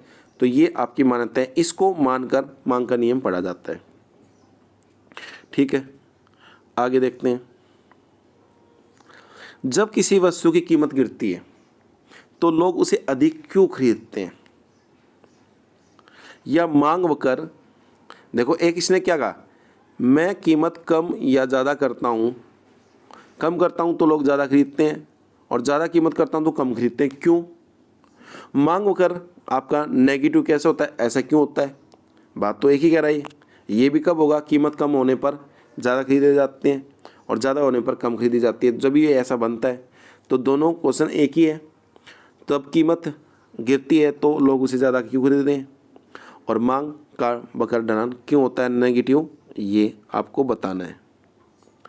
देखो मांग वक्र, जो मांग वक्र का ऋणात्मक ढलान यह प्रकट करता है कि कीमत के कम होने पर अधिक वस्तुएं खरीदी जाती है, इसलिए किसी वस्तु की कीमत और मांगी गई मात्रा में विपरीत संबंध है। अब देखो मांग वक्र का ढलान ऊपर से नीचे की ओर झुके होने के मुख्य कारण है। तो पहले ही देखो, दूसरा देखते हैं हम, आय प्रभाव। आय प्रभाव का मतलब क्या होता है, मान लीजिए किसी व्यक्ति की वास्तविक आय में परिवर्तन होता है। देखो इसको एग्जांपल में देखते हैं। पहले इसके पास किसी वस्तु की कीमत थी कितनी, 10, और ये कितना खरीदता था, उसको क्वांटिटी खरीदता था मान लो 15। तो इसने कितने रुपए खर्च किए, 150 रुपये। जब किसी वस्तु की कीमत कितनी थी, 10, तो वो कितनी क्वांटिटी खरीद रहा था, 15। तो उसने कितने रुपए खर्च किए, 10 गुना में 15, 150। यदि इस वस्तु की कीमत कम कर दी जाए, 8 कर दी जाए, तो वो मान लो 15 ही खरीदेगा। तो 15 8 120, तो ये 120 रुपये में आ जाएंगी। और अब उसकी आय कितनी बढ़ गई, उसकी आय देखो 30 रुपये बढ़ गई ना। तो हम ये मान के चलते हैं कि वो 30 रुपये अपनी आय जो है वो अपने पास ना रख के उसी वस्तु को खरीदने में यूज़ करेगा। क्योंकि देखो पहले 15 खरीदा था 10 पे, और आज भी वो 15 खरीदता है, तो वो 15 कितने के आ जाएंगे, 120 रुपये में आ जाएंगी उसकी। अब वो उसके पहले खर्च होते थे कितने, उसके 150 रुपये, अब हो रहे हैं उसके खर्च कितने, 120 रुपये। तो 30 रुपये उसकी इनकम आपकी इंक्रीज हो रही है ना। तो आप क्या कहोगे, वो मैं मेरी जो इनकम बढ़ रही है ना, मैं उसी वस्तु को खरीदने में खर्च कर दूंगा। तो इसमें कितनी और वस्तु आ जाएंगी आपकी, देखो 8 3 24, 3 तो और आ गई, 3.5 आ गई। तो अब कितनी डिमांड और बढ़ जाएंगी इसकी, 18.5। कहने का मतलब 19 वस्तुएं खरीदेगा। तो कीमत के कम होने पर आय बढ़ती है, वास्तविक आय बढ़ती है, और वास्तविक आय को क्या है, वो उसी वस्तु को खरीदने पर लगा देता है, खर्च करता है। जैसे मान लीजिए आप एक पेन लेने के लिए गए, मान लीजिए आप 10 पेन लेते थे, कीमत थी 10 रुपये, तो 100 रुपये खर्च करते थे आप। अब वो पेन कितने का आ गया, 5 रुपये का एक हो गया, तो 10 पेन तो 50 के आ जाएंगे। तो आपके पैसे बढ़े ना घटे। तो आप पहले वो काम जो 100 रुपये में हो रहा था, वो काम कितने में हो गया, 50 में। अब आपने सोचा क्या किया कि मुझे इस 50 के और पेन दे दो, क्योंकि मैं तो खरीदने तो आया था 100 के। अब आपके वो ही बढ़ी हुई इनकम ने आपने उसी पेन को खरीदने में खर्च कर दिया, ठीक है। तो आपका पेनों की संख्या ज़्यादा आएंगी। यदि आपकी वस्तु की महंगी हो जाए, तो मान लीजिए महंगी हो जाए, तो आपकी आय कम हो जाएंगी, और आय कम होगी तो आप वस्तुएं कम खरीद पाओगे, तो आपकी मांग कम हो जाएंगी। इस कारण आपका मांग वक्र नीचे की तरफ होता है, झुकाव होता है, उसका नेगेटिव स्लोप होता है। एक कारण ये है। आसान पहले करते हैं। उपभोक्ता समूह का आकार। यदि उपभोक्ता का समूह आकार का मतलब क्या है, मान लीजिए कोई वस्तु है, वो वस्तु 10 रुपये की है, अब इसकी कीमत बढ़कर 20 होगी। बहुत सारे लोग क्या है, छोड़ के चले जाएंगे, तो उपभोक्ताओं का आकार कम हो गया। जैसे ही ये कभी भविष्य में ये वस्तु 10 की आएंगी, तो वो उपभोक्ता दोबारा इसको खरीदने लग जाएंगे। तो ऐसे ही क्या होता है, भविष्य में क्या होता है कि कुछ लोग वस्तुओं को खरीदना छोड़ देते हैं वर्तमान में। जैसे ही भविष्य में उसकी कीमत कम होती है, तो वो व्यक्ति उसे दोबारा खरीदना स्टार्ट कर देते हैं। तो दोबारा खरीदना स्टार्ट कर देते हैं, तो वो क्या होगा, उसकी मांग ज़्यादा हो जाएंगी, ठीक है। देखो जब किसी वस्तु की कीमत कम हो जाती है, तो तब कई क्या है, दूसरे उपभोक्ता जो उसे पहले नहीं खरीद रहे थे, अब उसे खरीदने लगेंगे, फलस्वरूप मांग बढ़ जाएंगी। मान लीजिए कोई एंड्रॉयड जो फ़ोन आपके एप्पल फ़ोन है, वो पहले बहुत ज़्यादा महंगे होते थे, अब उसको क्या है, नहीं खरीदते थे लोग। जैसे ही इंडिया में वो सस्ते हुए, तो लोगों ने खरीदना स्टार्ट कर दिया। तो एप्पल फ़ोन की डिमांड बढ़ी है घटी है, बढ़ी है। तो ऐसे ही हम कोई वस्तु आज 100 रुपये की आती है, बहुत सारे लोग नहीं खरीदते। तो जैसे वो भविष्य में मान लीजिए 10 की हो जाएंगी, 20 की हो जाएंगी, तो वो लोग जो नहीं खरीद रहे थे अब उसको खरीदना स्टार्ट करेंगे तो मांग बढ़ेगी, क्योंकि खरीदने वालों की संख्या बढ़ गई। इस कारण भी ऐसा होता है कि मांग वगैरह ऋणात्मक होता है। विभिन्न उपयोग का मतलब है किसी वस्तु को जो खरीदने यूज होता है वो उसका क्या कई चीज़ों में यूज होता है। जैसे जो चना होता है मनुष्य को खाने के अंदर जो मनुष्य भी उसको खाता है और उसको घोड़े को भी खिलाया जाता है। अब मान लीजिए जो चना है वो 100 रुपये किलो हो जाए तो क्या हम घोड़े को खिलाएंगे? नहीं, हम उसका कंज्यूम करेंगे केवल सामान्य व्यक्तियों के लिए, सामान्य व्यक्ति उसको यूज करेगा। अब जैसे ही वो चना 100 की बजाय 10 का आ जाए, 10 रुपये किलो, तो इंसान तो उसे खा रहा ही है, उसे वो क्या है अब घोड़े को भी खिलाना यूज कर देगा। अब इंसान और घोड़े खाएंगे तो ज़्यादा खाएंगे ना, ज़्यादा खरीदना पड़ेगा तो वो मांग ज़्यादा खरीदेगा। किसी वस्तु को खरीदने वालों के जो यूज है वो ज़्यादा है। जैसे वो सस्ते होते हैं तो हम सभी जगह उस वस्तु को यूज करते हैं, और जैसे वो चीज़ महंगी होती है तो हम उसकी यूज कम कर देते हैं। जैसे इलेक्ट्रिसिटी, आप अपने घर पे सारे दिन टेलीविज़न, एसी, पंखा वगैरह चलाते हैं जब आपकी क्या इलेक्ट्रिसिटी जो है बिजली सस्ती है। जैसे ही बिजली महंगी होती है तो आप बहुत सारी चीज़ों को क्या कंज्यूम, जैसे एसी चलाना कम कर देते हो, टेलीविज़न चलाना कम कर देते हो। जब आप घर से बाहर जाते हो तो पंखा बंद करके जाओगे तो उसको क्या है आप यूज़ कम करोगे। जैसे वो चीज़ सस्ती हो जाएंगी तो आप ज़्यादा चलाओगे। तो विभिन्न यूज़ के कारण क्या है ऐसा होता है। जब विभिन्न यूज़ वाली वस्तु सस्ती होती है तो उसका यूज़ ज़्यादा होगा तो उसे ज़्यादा खरीदा जाएगा, और विभिन्न यूज़ वाली वस्तु महंगी होगी तो उसका यूज़ कम कर देंगे और उसका जो ज़रूरी यूज़ होगा केवल वहीं हम उस वस्तु को खरीदेंगे, यूज़ करेंगे। ठीक है। अब इसके बाद प्रतिस्थापन प्रभाव देखो। प्रतिस्थापन प्रभाव से अभिप्राय है जब किसी वस्तु को अपनी स्थापन वस्तु की तुलना में सस्ती हो जाए। मान लीजिए आप पढ़ रहे हो कॉफ़ी के बारे में। अब कॉफ़ी जो है, कॉफ़ी के जैसे चाय पढ़ रहे हो, चाय का अध्ययन कर रहे हो, कॉफ़ी चाय से भी सस्ती हो जाए तो लोग क्या होंगे, चाय पीने वाले लोग सारे कॉफ़ी पे चले जाएंगे।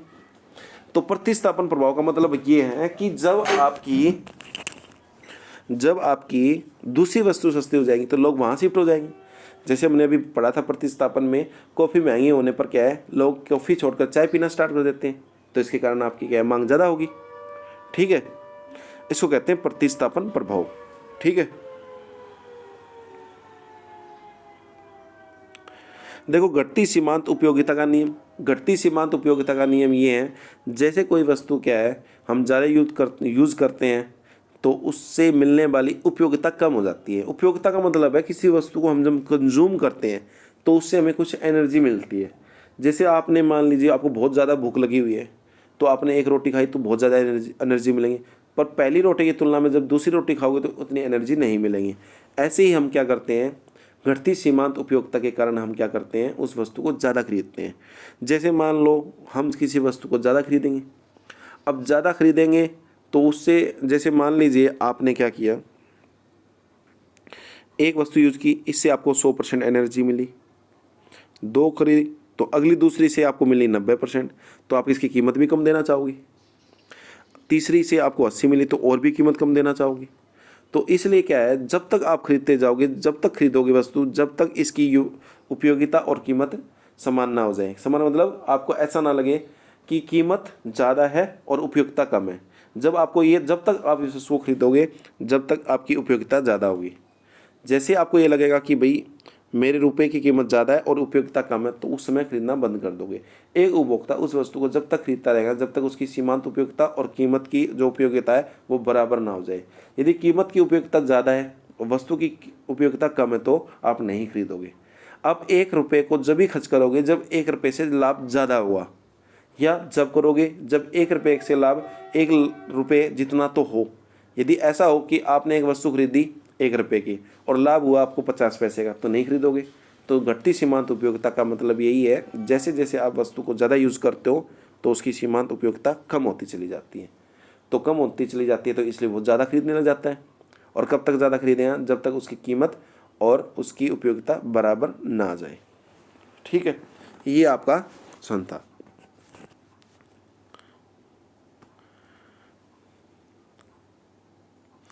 अब अगला क्वेश्चन, मांग के नियम का अपवाद। ये भी इम्पोर्टेंट क्वेश्चन है आपका।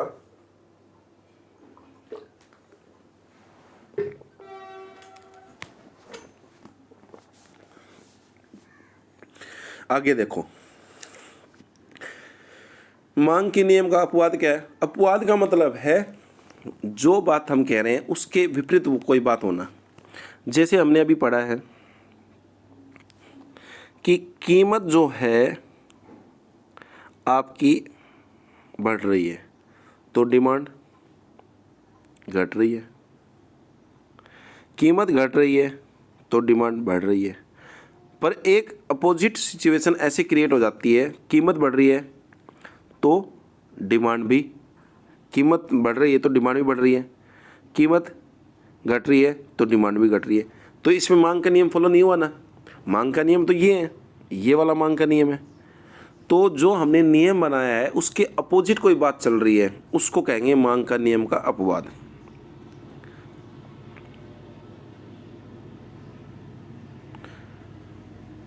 जैसे मैं ये कह रहा हूँ कि जब किसी वस्तु की कीमत 10 रुपये है तो उसकी डिमांड होगी 100 रुपये।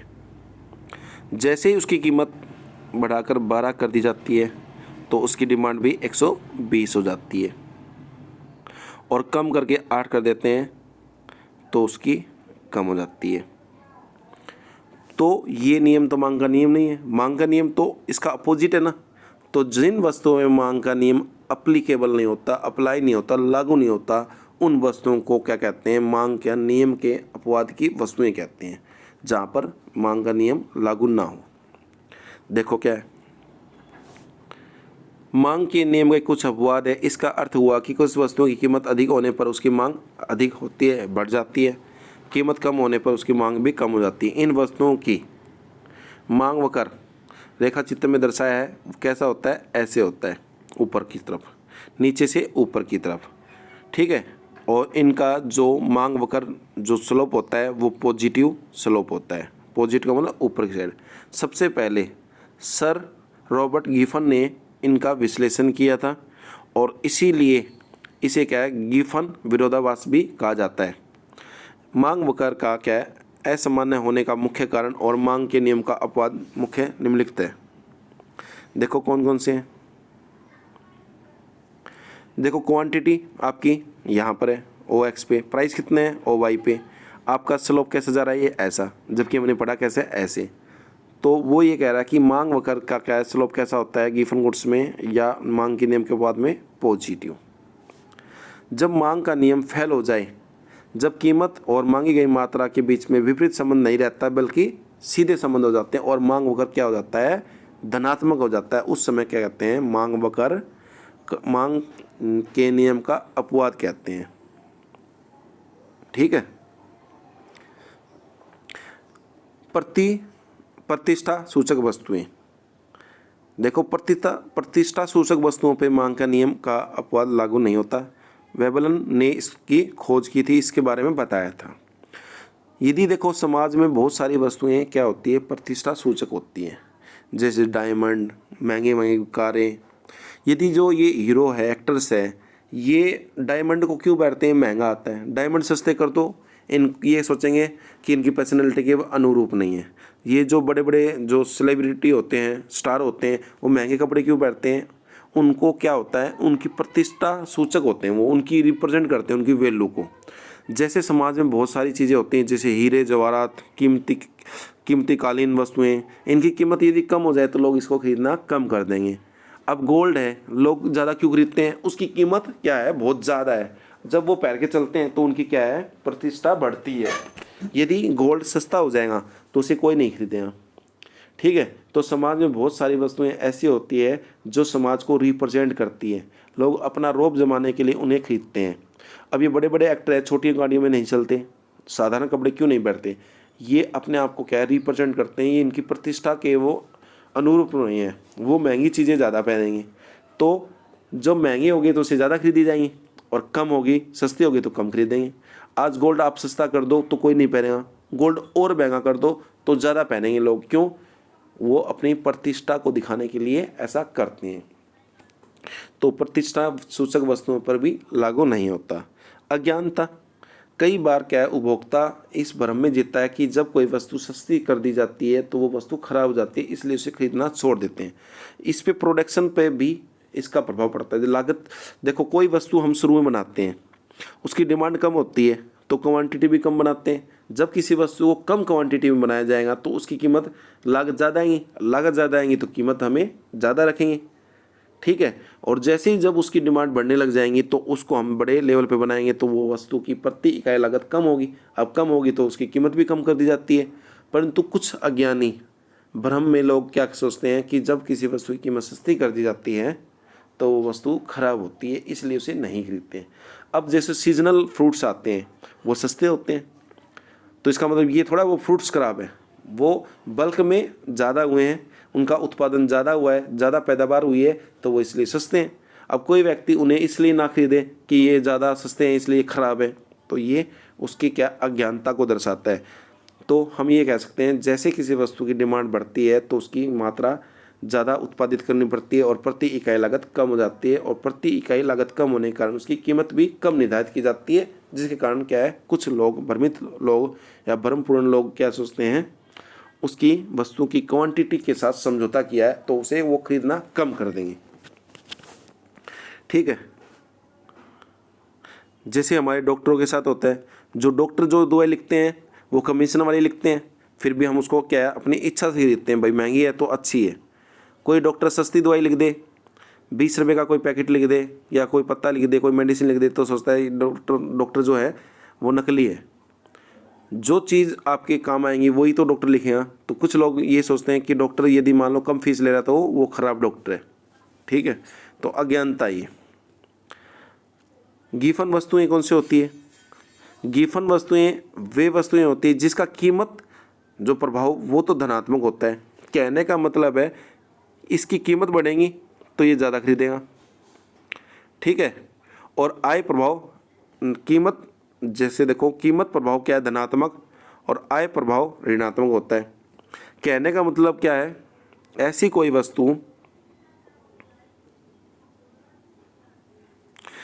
कोई वस्तु जिसकी कीमत बढ़े तो वो भी उसकी डिमांड भी बढ़े, कीमत घटे तो उसकी डिमांड भी घटे। बट इनकम के साथ कैसा रिलेशन है? इनकम के साथ नेगेटिव है।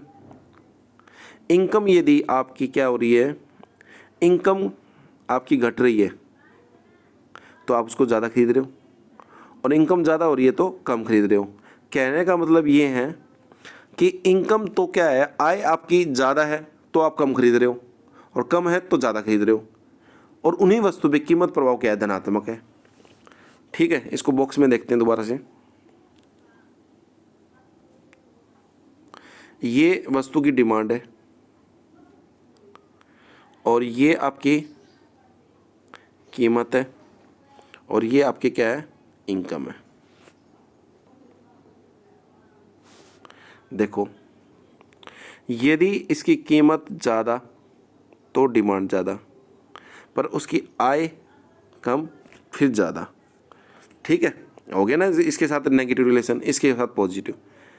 कम कब खरीदेगा, कीमत कम होने पर यहाँ पर आय ज़्यादा होने पे। ये निम्न कोटि की वस्तुएं होती हैं जिनके साथ ऐसा संबंध होता है, ठीक है। कीमत बढ़ने पर इन्हें ज़्यादा खरीदा जाता है और कीमत कम होने पर कम, परंतु आय के कम होने पर ज़्यादा और आय के कम होने पर ज़्यादा और ज़्यादा होने पर कम खरीदा जाता है। तो ये उल्टे रिलेशन हो गए, ठीक है। तो इसमें ये आपको पढ़ना है। अब देखो आगे, मांगी गई मात्रा में परिवर्तन और मांग में परिवर्तन। देखिए, चेंज इन क्वांटिटी डिमांड और चेंज इन डिमांड, ये हमें पढ़ना है। तो देखो मांगी गई मात्रा में परिवर्तन और मांग में परिवर्तन। देखो अन्य बातें समान रहने पर, इस बात में देखो अन्य बातें समान रहने पर मांगी गई मात्रा में परिवर्तन किसी वस्तु की अपनी कीमत के वृद्धि के या कमी के कारण होती है। तो इसमें जो चेंज हो रहा है वो कीमत के कारण हो रहा है, कीमत के कारण। और मांग में परिवर्तन किसके कारण हो रहा है? मांग में परिवर्तन हो रहा है कीमत के अलावा अन्य तत्वों में। आगे देखते हैं। देखो मांगी गई मात्रा में जो परिवर्तन हो रहा है वो कीमत के कारण हो रहा है। मांगी गई मात्रा में परिवर्तन हो रहा है कीमत के कारण, और मांग में परिवर्तन हो रहा है कीमत के अलावा और बहुत सारे तत्व जो हम पढ़ के आए हैं, जैसे प्रतिस्थापन वस्तु, पूरक वस्तु, रुचि, प्राथमिकताएं, संभावनाएं, जनसंख्या, सरकार की नीतियां, उसके कारण परिवर्तन हो सकता है। तो इसको बॉक्स में देखेंगे जब आपको क्लियर होगा। ये देखो मांग वक्र का जो है संचलन, movement in along A demand करो, और मांग वक्र का स्थानांतरण या खिसकाव। देखो शिफ्टिंग और मूवमेंट, तो मूवमेंट जो होता है वो होता है कीमत में परिवर्तन के कारण। आपकी जो कीमत है वो घटेगी या बढ़ेगी, उसके कारण आपकी डिमांड भी इंक्रीज या डिक्रीज होगी। उसके कारण आपके मांग जो डिमांड करो में जो चेंज आएगा उसको कहेंगे हम क्या है, मूवमेंट अलोंग ए डिमांड करो। और कीमत के अलावा जो है कीमत को छोड़ दो, कीमत क्या मान ली जाएंगी, कांस्टेंट। उसके अलावा जब भी कोई चेंज आएगा तो उसके कारण आपका मांग वक्र इधर से आगे पीछे शिफ्ट करेगा, तो वो होगा आपका क्या है, शिफ्टिंग ऑफ डिमांड करो। कहने का मतलब ये हुआ कि जो मूवमेंट होता है वो पी से, और वो पी के अलावा अन्य तत्व है उसके कारण, और जो मांगी गई मात्रा में जो है क्वांटिटी डिमांड में चेंज होता है पी के कारण, कीमत के कारण, और जो डिमांड में चेंज होता है वो कीमत के अलावा अन्य तत्वों में परिवर्तन होने के कारण। देखो अभी यहाँ से अब क्लियर होगा। देखो चेंज इन क्वांटिटी किसके कारण, जब चेंज इन क्वांटिटी में चेंज होता है तो उसके मांग वक्र को क्या कहते हैं, मांग वक्र में संचलन, मूवमेंट। और जब मांगी गई मांग में केवल परिवर्तन होता है, मांग में वो होता है मांग वक्र में खिसकाव, आगे पीछे होना, शिफ्टिंग। मांग वक्र में जब मांग बढ़ती है तो उसको कहते हैं हम विस्तार, और मांग वक्र में कमी होती है तो उसको कहते हैं संकुचन। इसमें हम मांग में जो वृद्धि होती है उसको कहते हैं मांग वक्र में वृद्धि, और मांग में कमी होगी इसको कमी कहेंगे। ठीक है, ये आता है कीमत के कारण। मांग का विस्तार, मांग ज़्यादा कब होगी, जब कीमत कम होगी तो मांग का विस्तार हो जाएगा। और कीमत में संकुचन माने मांग में संकुचन कब होगा, जब कीमत ज़्यादा होगी। कीमत ज़्यादा होगी तो मांग कम करोगे तो मांग सिकुड़ कम हो जाएंगी तो संकुचन कहेंगे। ये वस्तुओं के अलावा जो अन्य तत्व है उसमें परिवर्तन होने के कारण होता है। ठीक है, आगे देखते हैं। अब मांग वक्र का विस्तार तथा संकुचन या मांगी गई मात्रा में परिवर्तन बात एक ही है। देखो इसको कैसे पढ़ोगे आप, किसी वस्तु की अपनी कीमत में परिवर्तन होने पर उसकी मांगी गई मात्रा में जो परिवर्तन होगा, किसके कारण, वस्तु की अपनी कीमत में परिवर्तन होने के कारण उसकी मांगी गई मात्रा में जो परिवर्तन होगा उसको मांग का विस्तार या संकुचन कहा जाएगा। विस्तार कब होता है, जब अन्य बातें समान रहने पर जब किसी वस्तु की कीमत कम होती है तो उसको ज़्यादा खरीदा जाता है। जैसे कीमत आपकी जो है वो है 10, ठीक है, तो डिमांड कितनी है, मान लो 100, अब कीमत होगी 9, ये होगी 120, तो ये 20 जो इंक्रीज हुई है वो हमारी क्या होगी, एक्सटेंशन ऑफ डिमांड। ठीक है, ये किसके कारण चेंज हुई है, ये कीमत के कम होने के कारण हुई है, इसे कहेंगे मांग का विस्तार। ठीक है, देखो इसमें जब कीमत किसी वस्तु की, देखो इसको ऐसे पढ़ते हैं, कीमत 5 तो मांग कितनी 1, कीमत 1 तो 5, डिमांड कितनी होगी 5। तो देखो कीमत के कम होने पर डिमांड कितनी होगी आपकी 5, तो डिमांड कितनी बढ़ी है आपकी 4। ये जो 4 बढ़ी है वो किसके कारण बढ़ी है, कीमत के कम होने पर। अब कीमत के कम होने के कारण क्या हुई है, मांग का विस्तार हुआ है। तो देखो OX पे आपका क्या है, OX पे आपने क्या दर्शाया बताओ, OX पे क्वांटिटी है आपकी, OY पे प्राइस है। पहले कीमत कितनी थी, देखो 5, डिमांड कितनी थी 1, तो ये A पॉइंट पे था। जब आपकी कीमत कम होकर कितनी हुई 1, और डिमांड बढ़कर कितनी होगी 1 से बढ़कर 5, तो नया डिमांड कर्व क्या बन गया B। अब A और B को मिलाकर बनाओगे तो ये नया डिमांड कर्व हो गया। और डिमांड कर्व शिफ्ट कहाँ से हुआ है, मान लीजिए A से B की तरफ जा रहा है, इसको कहेंगे एक्सटेंशन ऑफ डिमांड। इसका मतलब होता है विस्तार। ये इतना विस्तार हो गया हमारा, कितना विस्तार हुआ देखो, ये विस्तार इतना हुआ है या इतना हुआ है, ठीक है, ये हुआ विस्तार। तो मेन देखो हुआ ना, देखो 1 से 5 होगी, इसको कहेंगे विस्तार, ठीक है। डिमांड कर्व में क्या चेंज हुआ देखो, ऊपर से नीचे की तरफ और बाईं से दाईं की तरफ। ये बाईं साइड होता है और ये दाईं साइड होता है। तो मांग वक्र यहाँ से इस साइड आ रहा ना, इसको बाईं से दाईं तरफ और ऊपर से नीचे की तरफ, इसको कहते हैं मांग का विस्तार। देखो मांग बढ़ रही है, देखो यहाँ से। अब मांग में संकुचन, संकुचन का मतलब है सिकुड़ना कोई चीज़। देखो अन्य बातें समान रहने पर मांग में संकुचन होता है, वो कीमत के कारण होता है, और कीमत के कारण जो चेंज होता है उसको मूवमेंट भी कहते हैं। तो अन्य बातें समान रहने पर जब किसी वस्तु की अपनी कीमत में वृद्धि माने कीमत बढ़ने पर, क्या है, कीमत के बढ़ने पर उसकी डिमांड क्या हो जाती है, कम हो जाती है। तो उसको क्या कहेंगे हम, संकुचन। सिकुड़ गई कोई चीज़, मान लीजिए अब देखो कैसे सिकुड़ गई। देखो कीमत थी कितनी, 1, तो कितनी खरीद रहा था वो, 5। कीमत जैसे ही बढ़ाकर हमने कितनी कर दी, 1 से बढ़ाकर 5 कर दी, तो उसकी मांग 5 से घटकर कितनी होगी, 1।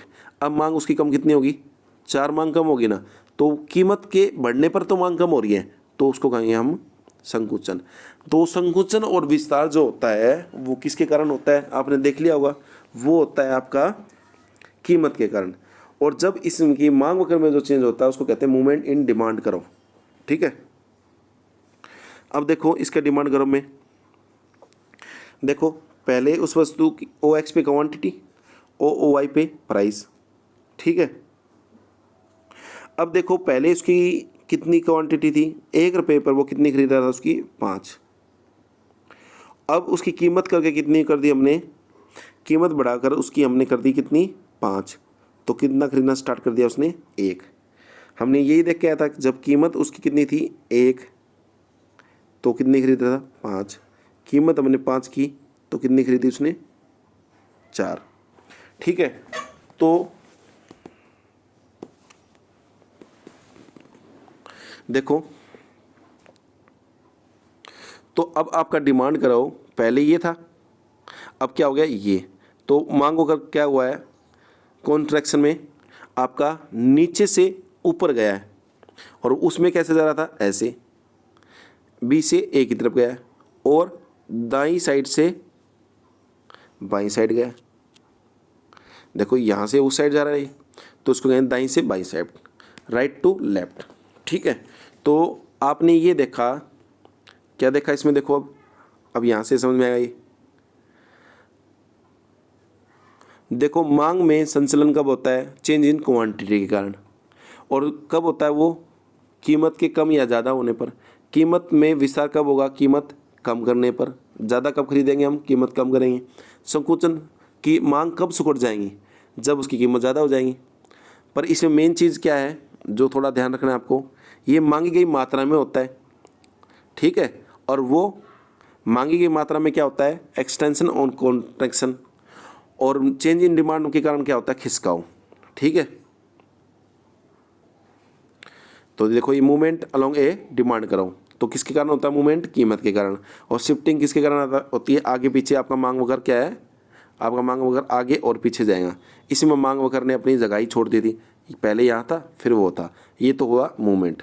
देखो मूवमेंट के कारण क्या है, देखो मूवमेंट के कारण डिमांड करो, या तो यहाँ है, या तो यहाँ जा रहा है, या ऊपर से नीचे की तरफ, नीचे से ऊपर की तरफ, ठीक है। अब शिफ्टिंग देखते हैं, फिर उसके बाद में बात करते हैं आपसे।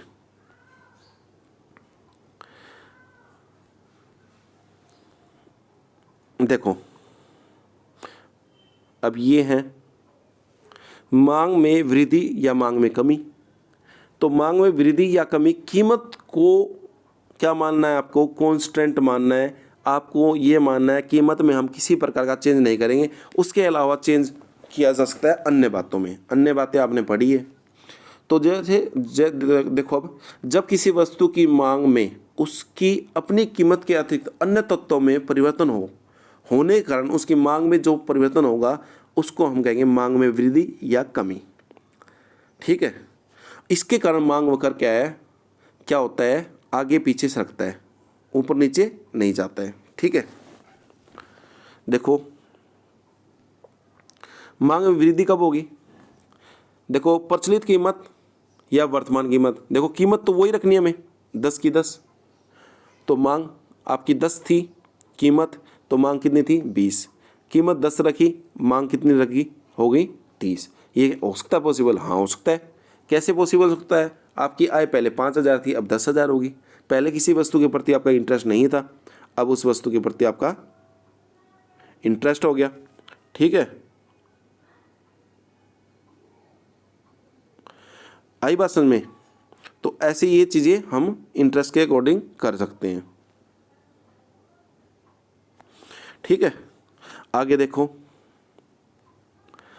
अब इसका करव देखो आप,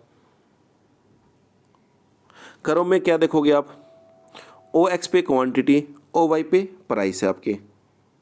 ठीक है, अब देखो पहले किसी वस्तु की डिमांड कितनी थी, कीमत 10 पे 20, तो ये देखो कीमत 10 और क्वांटिटी 20, इसको मिलाओ, ये हो गया आपका डिमांड करो D1। आगे देखो अब कीमत तो वही रही पर क्वांटिटी बढ़कर कितनी होगी 30, तो नया डिमांड करो कौन सा बन गया आपका, नया डिमांड करो बन गया D2। अब मांग वक्र कहाँ गया है आपका, आगे की तरफ गया है पीछे की तरफ, जब आगे की तरफ गया तो आपका क्या हुआ है, ये शिफ्ट हुआ है कहाँ से, आपका आगे की तरफ, और क्या है लेफ्ट टू राइट, ये लेफ्ट साइड है ये राइट साइड है, तो आपका मांग वक्र क्या है आगे की तरफ गया है। और आगे की तरफ गया तो मांग बढ़ी है या घटी है, देखो पहले मांग इतनी थी और अब मांग बढ़ी है, इतनी होगी, तो ये मांग आपकी बढ़ गई। इसको कहते हैं मांग वक्र में खिसकाव, और ये खिसकाव किसको खिसकाव ये हुआ है, इंक्रीज हुई है आपकी। ठीक है, क्लियर है ये बात। देखो आपको तालिका दिखाई है, कीमत जब 10 थी तो मांग कितनी कर रहा था 20, और इस पर आपका डिमांड करो क्या था D1, और ए पॉइंट पर डिमांड थी। जैसे आपकी कीमत तो 10 रही और अन्य तत्वों के कारण क्या हुआ, आपकी जो मांग है वो बढ़कर कितनी होगी 20 से बढ़कर 30 होगी, तो अगला मांग वो कर क्या है बी पॉइंट पे बना, डिमांड करो क्या बना D2। इससे देखने को मिल रहा है कि डिमांड करो जो आगे की तरफ शिफ्ट हुआ है इसको कहेंगे मांग में वृद्धि कहेंगे। ठीक है, अब ये किसके कारण हो सकती है, देखो उपभोक्ता की आय बढ़ेगी तो कीमत आपकी कांस्टेंट रहेंगी, फिर भी आप क्या ज़्यादा खरीदोगे। प्रतिस्थापन वस्तु की कीमत कम होने पर, वृद्धि होने पर, अब मान लीजिए कॉफ़ी महंगी होने पर क्या होगा, कॉफ़ी को लोग खरीदना छोड़ देंगे और चाय को पीना स्टार्ट कर देंगे, पर चाय की तो डिमांड बढ़ेगी ना। पूरक वस्तु की कीमत में कमी होने पर, कार की जो है कार और पेट्रोल में हमने कार की कीमत कम कर दी, कार की कीमत कम करते ही ना पेट्रोल की कीमत कम करते ही कार की डिमांड बढ़ जाएगी।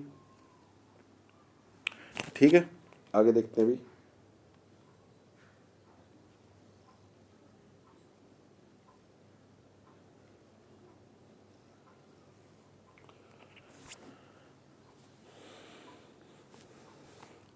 देखो जब फैशन या ऋतु में परिवर्तन के कारण उपभोक्ता की रुचि बढ़ जाए, कई बार ऐसा होता है ना शुरू में उस वस्तु को आप नहीं खरीदते और जैसे जैसे कोई चेंज होता है तो आप उसको खरीदना स्टार्ट कर देते हो, तो आप भविष्य में तो उसकी डिमांड कर रहे हो तो मांग में वृद्धि होगी, क्रेताओं की संख्या बढ़ जाए, या जब भविष्य में कीमत बढ़ने की संभावना हो, कल कीमत बढ़ने की संभावना है तो आज तुम ज़्यादा खरीदोगे। जब भविष्य में उपभोक्ता की आय बढ़ने की संभावना हो, आपको होता है भविष्य में मेरी आय बहुत ज़्यादा बढ़ने वाली है तो आज आप ज़्यादा खर्चा करने लग जाओगे, तो उस वस्तुओं की ज़्यादा क्वांटिटी आप खरीदना स्टार्ट कर दोगे। ठीक है, आगे देखो मांग में कमी या मांग में वृद्धि पड़ चुके। मांग में कमी कैसे होगी, जैसे कीमत है 10 तो 30 खरीद रहे हैं और कीमत 10 ही रखनी है और मांग कितनी होगी 20, तो मांग तो कम होगी, इसको कहेंगे मांग में कमी। तो प्रचलित या वर्तमान कीमत में ही पर ही क्या है किसी व्यक्ति या कोई उपभोक्ता के द्वारा उसकी कम क्वांटिटी खरीदी जाए तो उसको कहेंगे हम क्या मांग में कमी। तो मांग में कमी का देखो डायग्राम क्या है, ओ एक्स पे क्वांटिटी ओ वाई पे प्राइस। तो पहले इसकी क्वांटिटी कितनी थी, 10 पे 30, मांग करो क्या था, D1, ए पॉइंट पे डिमांड थी। अब इसकी मांग क्या हुई, 10 पे 20, तो नई डिमांड वक्र क्या बना, D2, बी पॉइंट पे। अब मांग वक्र क्या है, अंदर की तरफ सरका है आपका, और डिमांड करो ए से सरक कर बी की तरफ चला गया। ये आपका मान लीजिए राइट साइड है, ये लेफ्ट है, तो राइट टू लेफ्ट गया, क्योंकि ये अंदर की तरफ गया ना, तो यहाँ पर मांग वक्र क्या है आपका, अंदर की तरफ जाता है। इसके भी कुछ ना कुछ कारण हो सकते हैं, तो इसके कारण क्या है, मांग वृद्धि के अपोजिट इसके कारण होंगे। देखो, जब उपभोक्ता की आय कम हो जाए, मान लो आपकी आय कम हो जाएगी, तो आप वस्तु कम खरीदोगे या ज़्यादा, कम खरीदोगे। प्रतिस्थापन वस्तु की कीमत कम हो जाए, अब कॉफ़ी सस्ती हो जाए तो लोग क्या है, चाय को छोड़कर कॉफ़ी पीना स्टार्ट कर देंगे, तो चाय की तो डिमांड कम हो जाएगी ना। जब पूरक वस्तु की वृद्धि हो जाए, पेट्रोल और महंगा हो जाए, तो कार की डिमांड कम हो जाएगी। जब फैशन या जलवायु में परिवर्तन के कारण आपकी क्या है, उपभोक्ता की रुचि में कमी आ जाए। आज आप किसी वस्तु को खरीद रहे हो, ये ज़रूरी थोड़ा भविष्य में भी उसको खरीदते रहोगे, आपका इंटरेस्ट कम होगा, आप उसको कम खरीदना स्टार्ट कर दोगे। क्रेताओं की संख्या कम होना, आज मान लीजिए किसी वस्तु को 100 व्यक्ति खरीद रहे हैं, कल इसको 50 भी खरीद सकते हैं, 70 भी खरीद सकते हैं, तो कम खरीदेंगे तो डिमांड भी कम हो जाएगी। जब निकट भविष्य में कीमत कम होने की संभावना है, आज मान लीजिए कोई पेन 10 का है और कल ये पेन या परसों ये पेन ये 5 का है, तो आज आप ज़्यादा खरीदोगे, कम खरीदेंगे। जब भविष्य में उपभोक्ता की आय कम होने के चांस है, आपको पता है भविष्य में क्या है, आय कम होने वाली है, तो आज आप उसको कम खरीदना स्टार्ट कर दोगे। ठीक है, तो ये आपके क्या हुए, मांग में कमी के कारण हुए। अभी देखो आगे,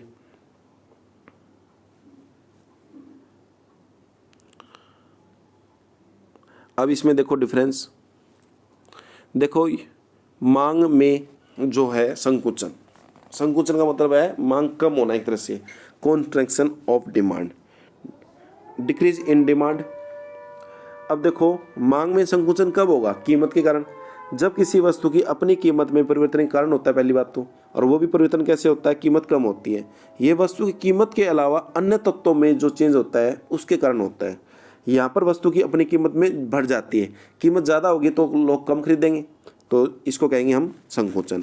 यहाँ पर उपभोक्ता की आय में कमी, प्रतिस्थापन वस्तुओं की कीमतों में कमी, पूरक वस्तुओं की कीमतों में वृद्धि, उपभोक्ता वस्तुओं की, देखो उपभोक्ता की वस्तु के लिए रुचि कम होना, कम होगा तो आप उसको कम खरीदोगे।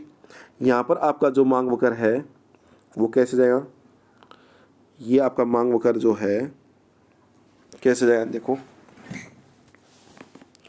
इसमें अभी हमने पढ़ा था, जो यहाँ पर है पहले आपका ये था, मान लीजिए कमी हुई है, पहले डिमांड ये थी अब ये होगी, तो इसको कहेंगे कमी। यहाँ पर क्या है, अभी पढ़ा था हमने, पहले डिमांड करो आपका कैसे था, ऐसे, अब ये ऐसे आ गया, तो इसको कमी कहेंगे। ठीक है, देखो इसमें देखते भी, देखो ये कमी वाला रहा, ये कमी वाला है, और ये संकुचन वाला है, देखो ये संकुचन वाला। ठीक है, संकुचन में आपका ऊपर की तरफ जाता है, वो अंदर की तरफ जाता है। ठीक है, अब आगे देखो अंतर, इसमें डिफरेंस देखो, मांग में विस्तार और मांग में वृद्धि। विस्तार कीमत की, वस्तु की स्वयं कीमत के कारण होता है, ये वस्तु की कीमत के अलावा अन्य तत्व है उसके कारण होता है। यह वस्तु की अपनी कीमत में कमी के कारण, कीमत कम होगी तो लोग ज़्यादा खरीदेंगे। यह उपभोक्ता की आय में वृद्धि, उपभोक्ता की आय बढ़ जाएंगी तो ज़्यादा खरीदेगा। प्रतिस्थापन वस्तु की वृद्धि, कॉफ़ी महंगी हो जाएंगी तो कॉफ़ी लोग छोड़कर चाय पीने स्टार्ट कर देंगे। पूरक वस्तुओं की कीमत में कमी, पेट्रोल सस्ता हो जाएगा तो कार ज़्यादा बिकेंगी। और उपभोक्ता की वस्तु के प्रति रुचि बढ़ना और भविष्य में क्या है उसकी आय और बढ़ना, ये कारण हो सकते हैं। इसी मांग वक्र क्या है आपका, कैसे जाएगा, इसमें देखो अभी देख रहे थे हम, इसमें जो आपका मांग वक्र है वो ये है, मांग में विस्तार। ठीक है, ऊपर से नीचे की तरफ बाईं से दाईं की तरफ, ठीक है।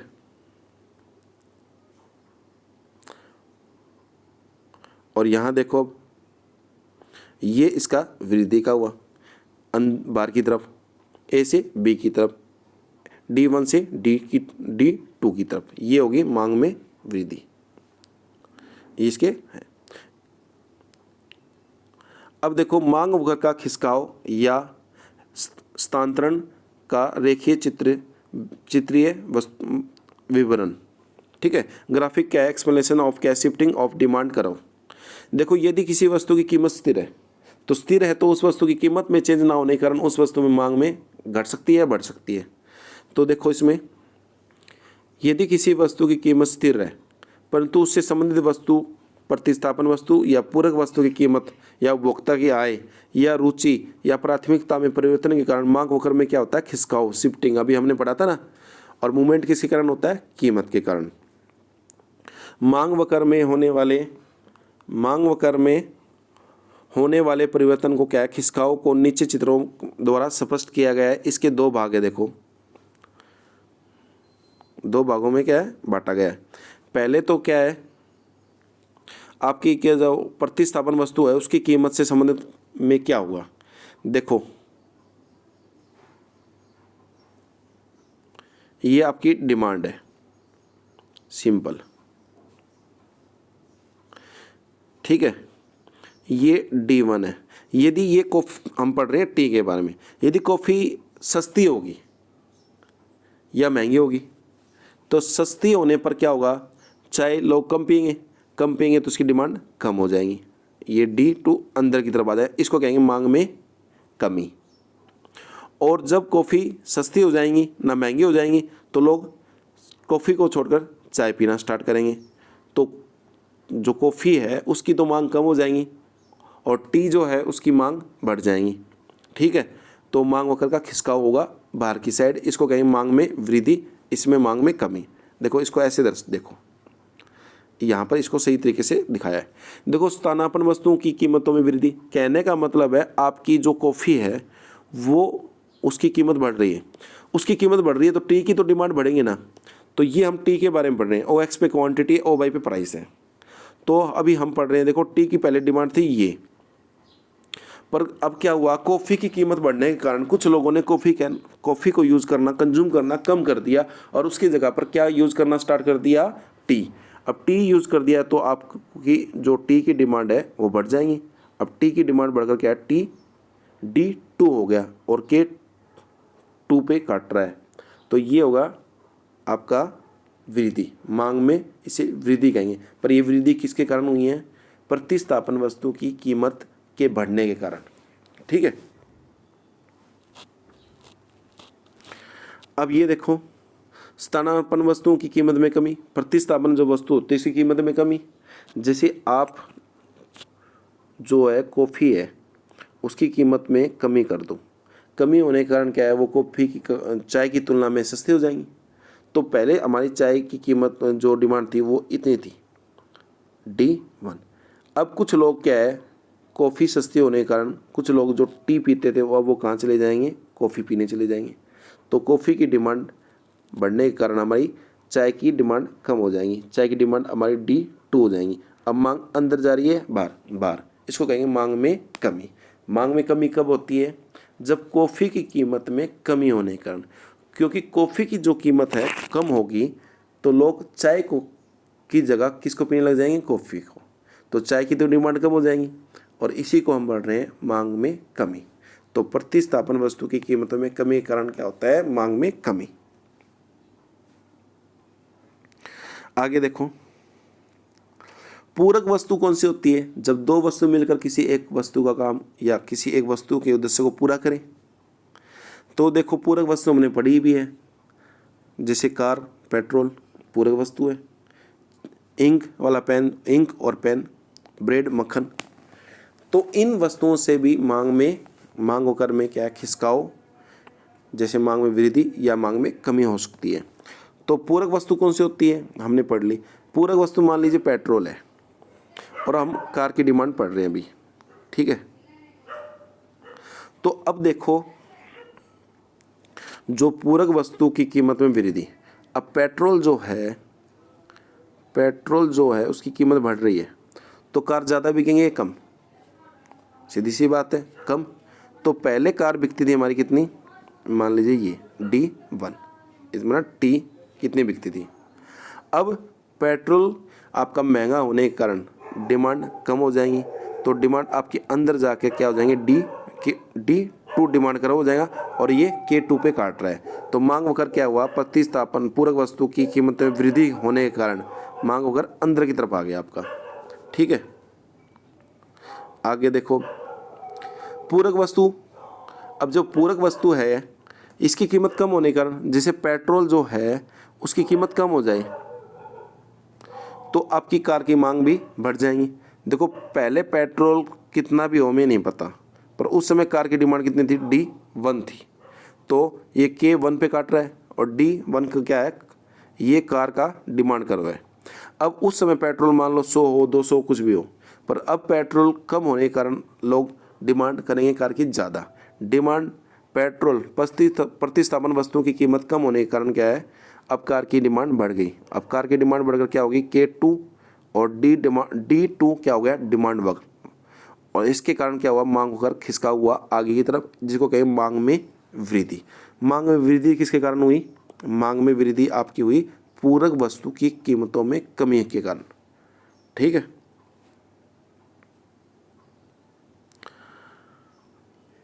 अब देखो मांग के दृष्टिकोण में वस्तुओं का वर्गीकरण। मांग के अनुसार वर्गीकरण करना है। एक होती है सामान्य वस्तुएं। सामान्य वस्तुएं नॉर्मल गुड्स।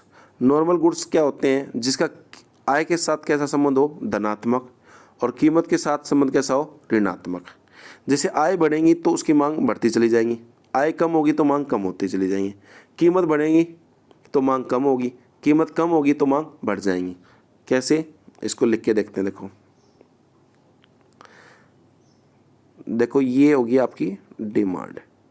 डिमांड कब इंक्रीज होगी, जब आपकी कीमत कम हो और इनकम ज़्यादा हो। डिमांड कब कम होगी, जब कीमत ज़्यादा हो, इनकम कम हो। ये होगी हमारी कौन सी, साधारण वस्तु। साधारण वस्तुओं के साथ कीमत के कैसे संबंध होते हैं, विपरीत, और आय के साथ कैसे संबंध होते हैं, सीधे। ये डिमांड करो भी कैसा बना है आपका, ऊपर की तरफ। तो डिमांड करो तो हमने कैसा पढ़ा था अभी, हमने डिमांड करो ऐसा पढ़ा ना, ये तो ऐसा नहीं है। इसका कारण क्या है, यहाँ पहले क्वांटिटी होती थी और यहाँ प्राइस होता था। तो यहाँ पर अभी क्वांटिटी तो है, बट यहाँ पर अभी इनकम है। ठीक है, तो इस कारण ये ऐसा हुआ है। तो इनकम देखो पहले आपकी Y थी तो क्वांटिटी क्यों, ये होगी। अब आपकी इनकम बढ़ी तो आपकी क्वांटिटी बढ़ी, तो ये होगी। दोनों को पॉइंट को मिलाते हुए आपने डिमांड करो खींचा, तो ये डी क्या हो गया, डिमांड करो। इसी का हम यदि इनकम के साथ बनाए तो कैसे बनता, ऐसे बनता, ये P, ये Q, ये P1 कीमत कम हुई तो क्वांटिटी बढ़ जाएंगी, Q1, और ये A और B, और ये डिमांड करो। ये हुआ आपका कौन सा, साधारण वस्तुओं के साथ नॉर्मल गुड्स। अब निम्न कोटि की वस्तु कौन सी होती है, निम्न कोटि की वस्तु जो होती है वो घटिया प्रकार की होती है। इनका इनकम के साथ कैसा संबंध होता है, देखो ये डिमांड ज़्यादा कब होगी, जब आपकी इनकम कम हो। ठीक है, इसके इनकम के साथ ही देखते हैं इसको। ठीक है, और कब कम होगी, जब आपकी आय कम हो। तो देखो आय प्रभाव इसका कैसा होता है, आय प्रभाव इनका ऋणात्मक होता है। देखो घटिया वस्तु आदमी कब खरीदता है, जब उसकी आय कम होती है। जैसे मोटा अनाज, खराब दाल, खराब आटा। ठीक है, तो सस्ता तब खरीदेगा जब उसके पास पैसा नहीं होगा, क्योंकि उसको कंज्यूम तो उतना ही करना है 10 किलो, पर उसकी आय जो है अलाउ नहीं कर रही उसे, तो वो सस्ता आटा खरीदेगा। जैसे जैसे उसकी आय बढ़ती चली जाएगी तो वो ख़राब आटे को खरीदना कम कर देगा और अच्छे आटे को खरीदना स्टार्ट कर देगा। तो आय के साथ कैसा संबंध हुआ, आपका विपरीत संबंध हुआ। यदि आपकी आय ज़्यादा है तो आप घटिया वस्तुओं को कम खरीदोगे, और जब आय ज़्यादा है तो घटिया वस्तुओं को कम खरीदोगे, और आय कम है तो ज़्यादा खरीदनी पड़ेंगी आपको। इसमें देखो कैसे बना है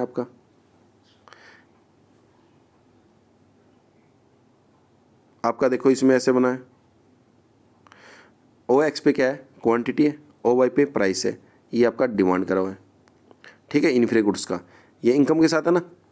ऐसे ही आपका क्या है, गिफन गुड्स के बारे में, गिफन गुड्स के बारे में हमने पढ़ा था, जिसका आय प्रभाव कैसा हो, जिसका आय प्रभाव आपका, आय प्रभाव तो आपका हो जो है, देखो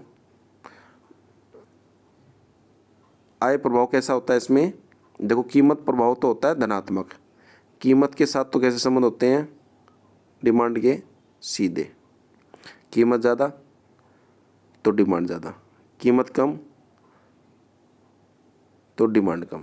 पर इनकम इफेक्ट कैसा होता है, उल्टा, इनकम ज़्यादा नहीं, इनकम कम तो डिमांड ज़्यादा, इनकम ज़्यादा तो डिमांड कम, ठीक है, ये ऐसे दर्शाया है, ठीक है। ओ एक्स पे क्वांटिटी है, ओ एक्स पे क्वांटिटी है, ओ वाई पे प्राइस है, ये आपका डी डी डिमांड करा है, पॉजिटिव स्लोप है, किसके कारण, प्राइस के कारण। तो ये आपका टॉपिक कंप्लीट हुआ। आपको कैसा लगा आप हमें कमेंट्स बॉक्स में बताएं। आपको अच्छा लगा तो हमारा चैनल सब्सक्राइब करें, लाइक करें।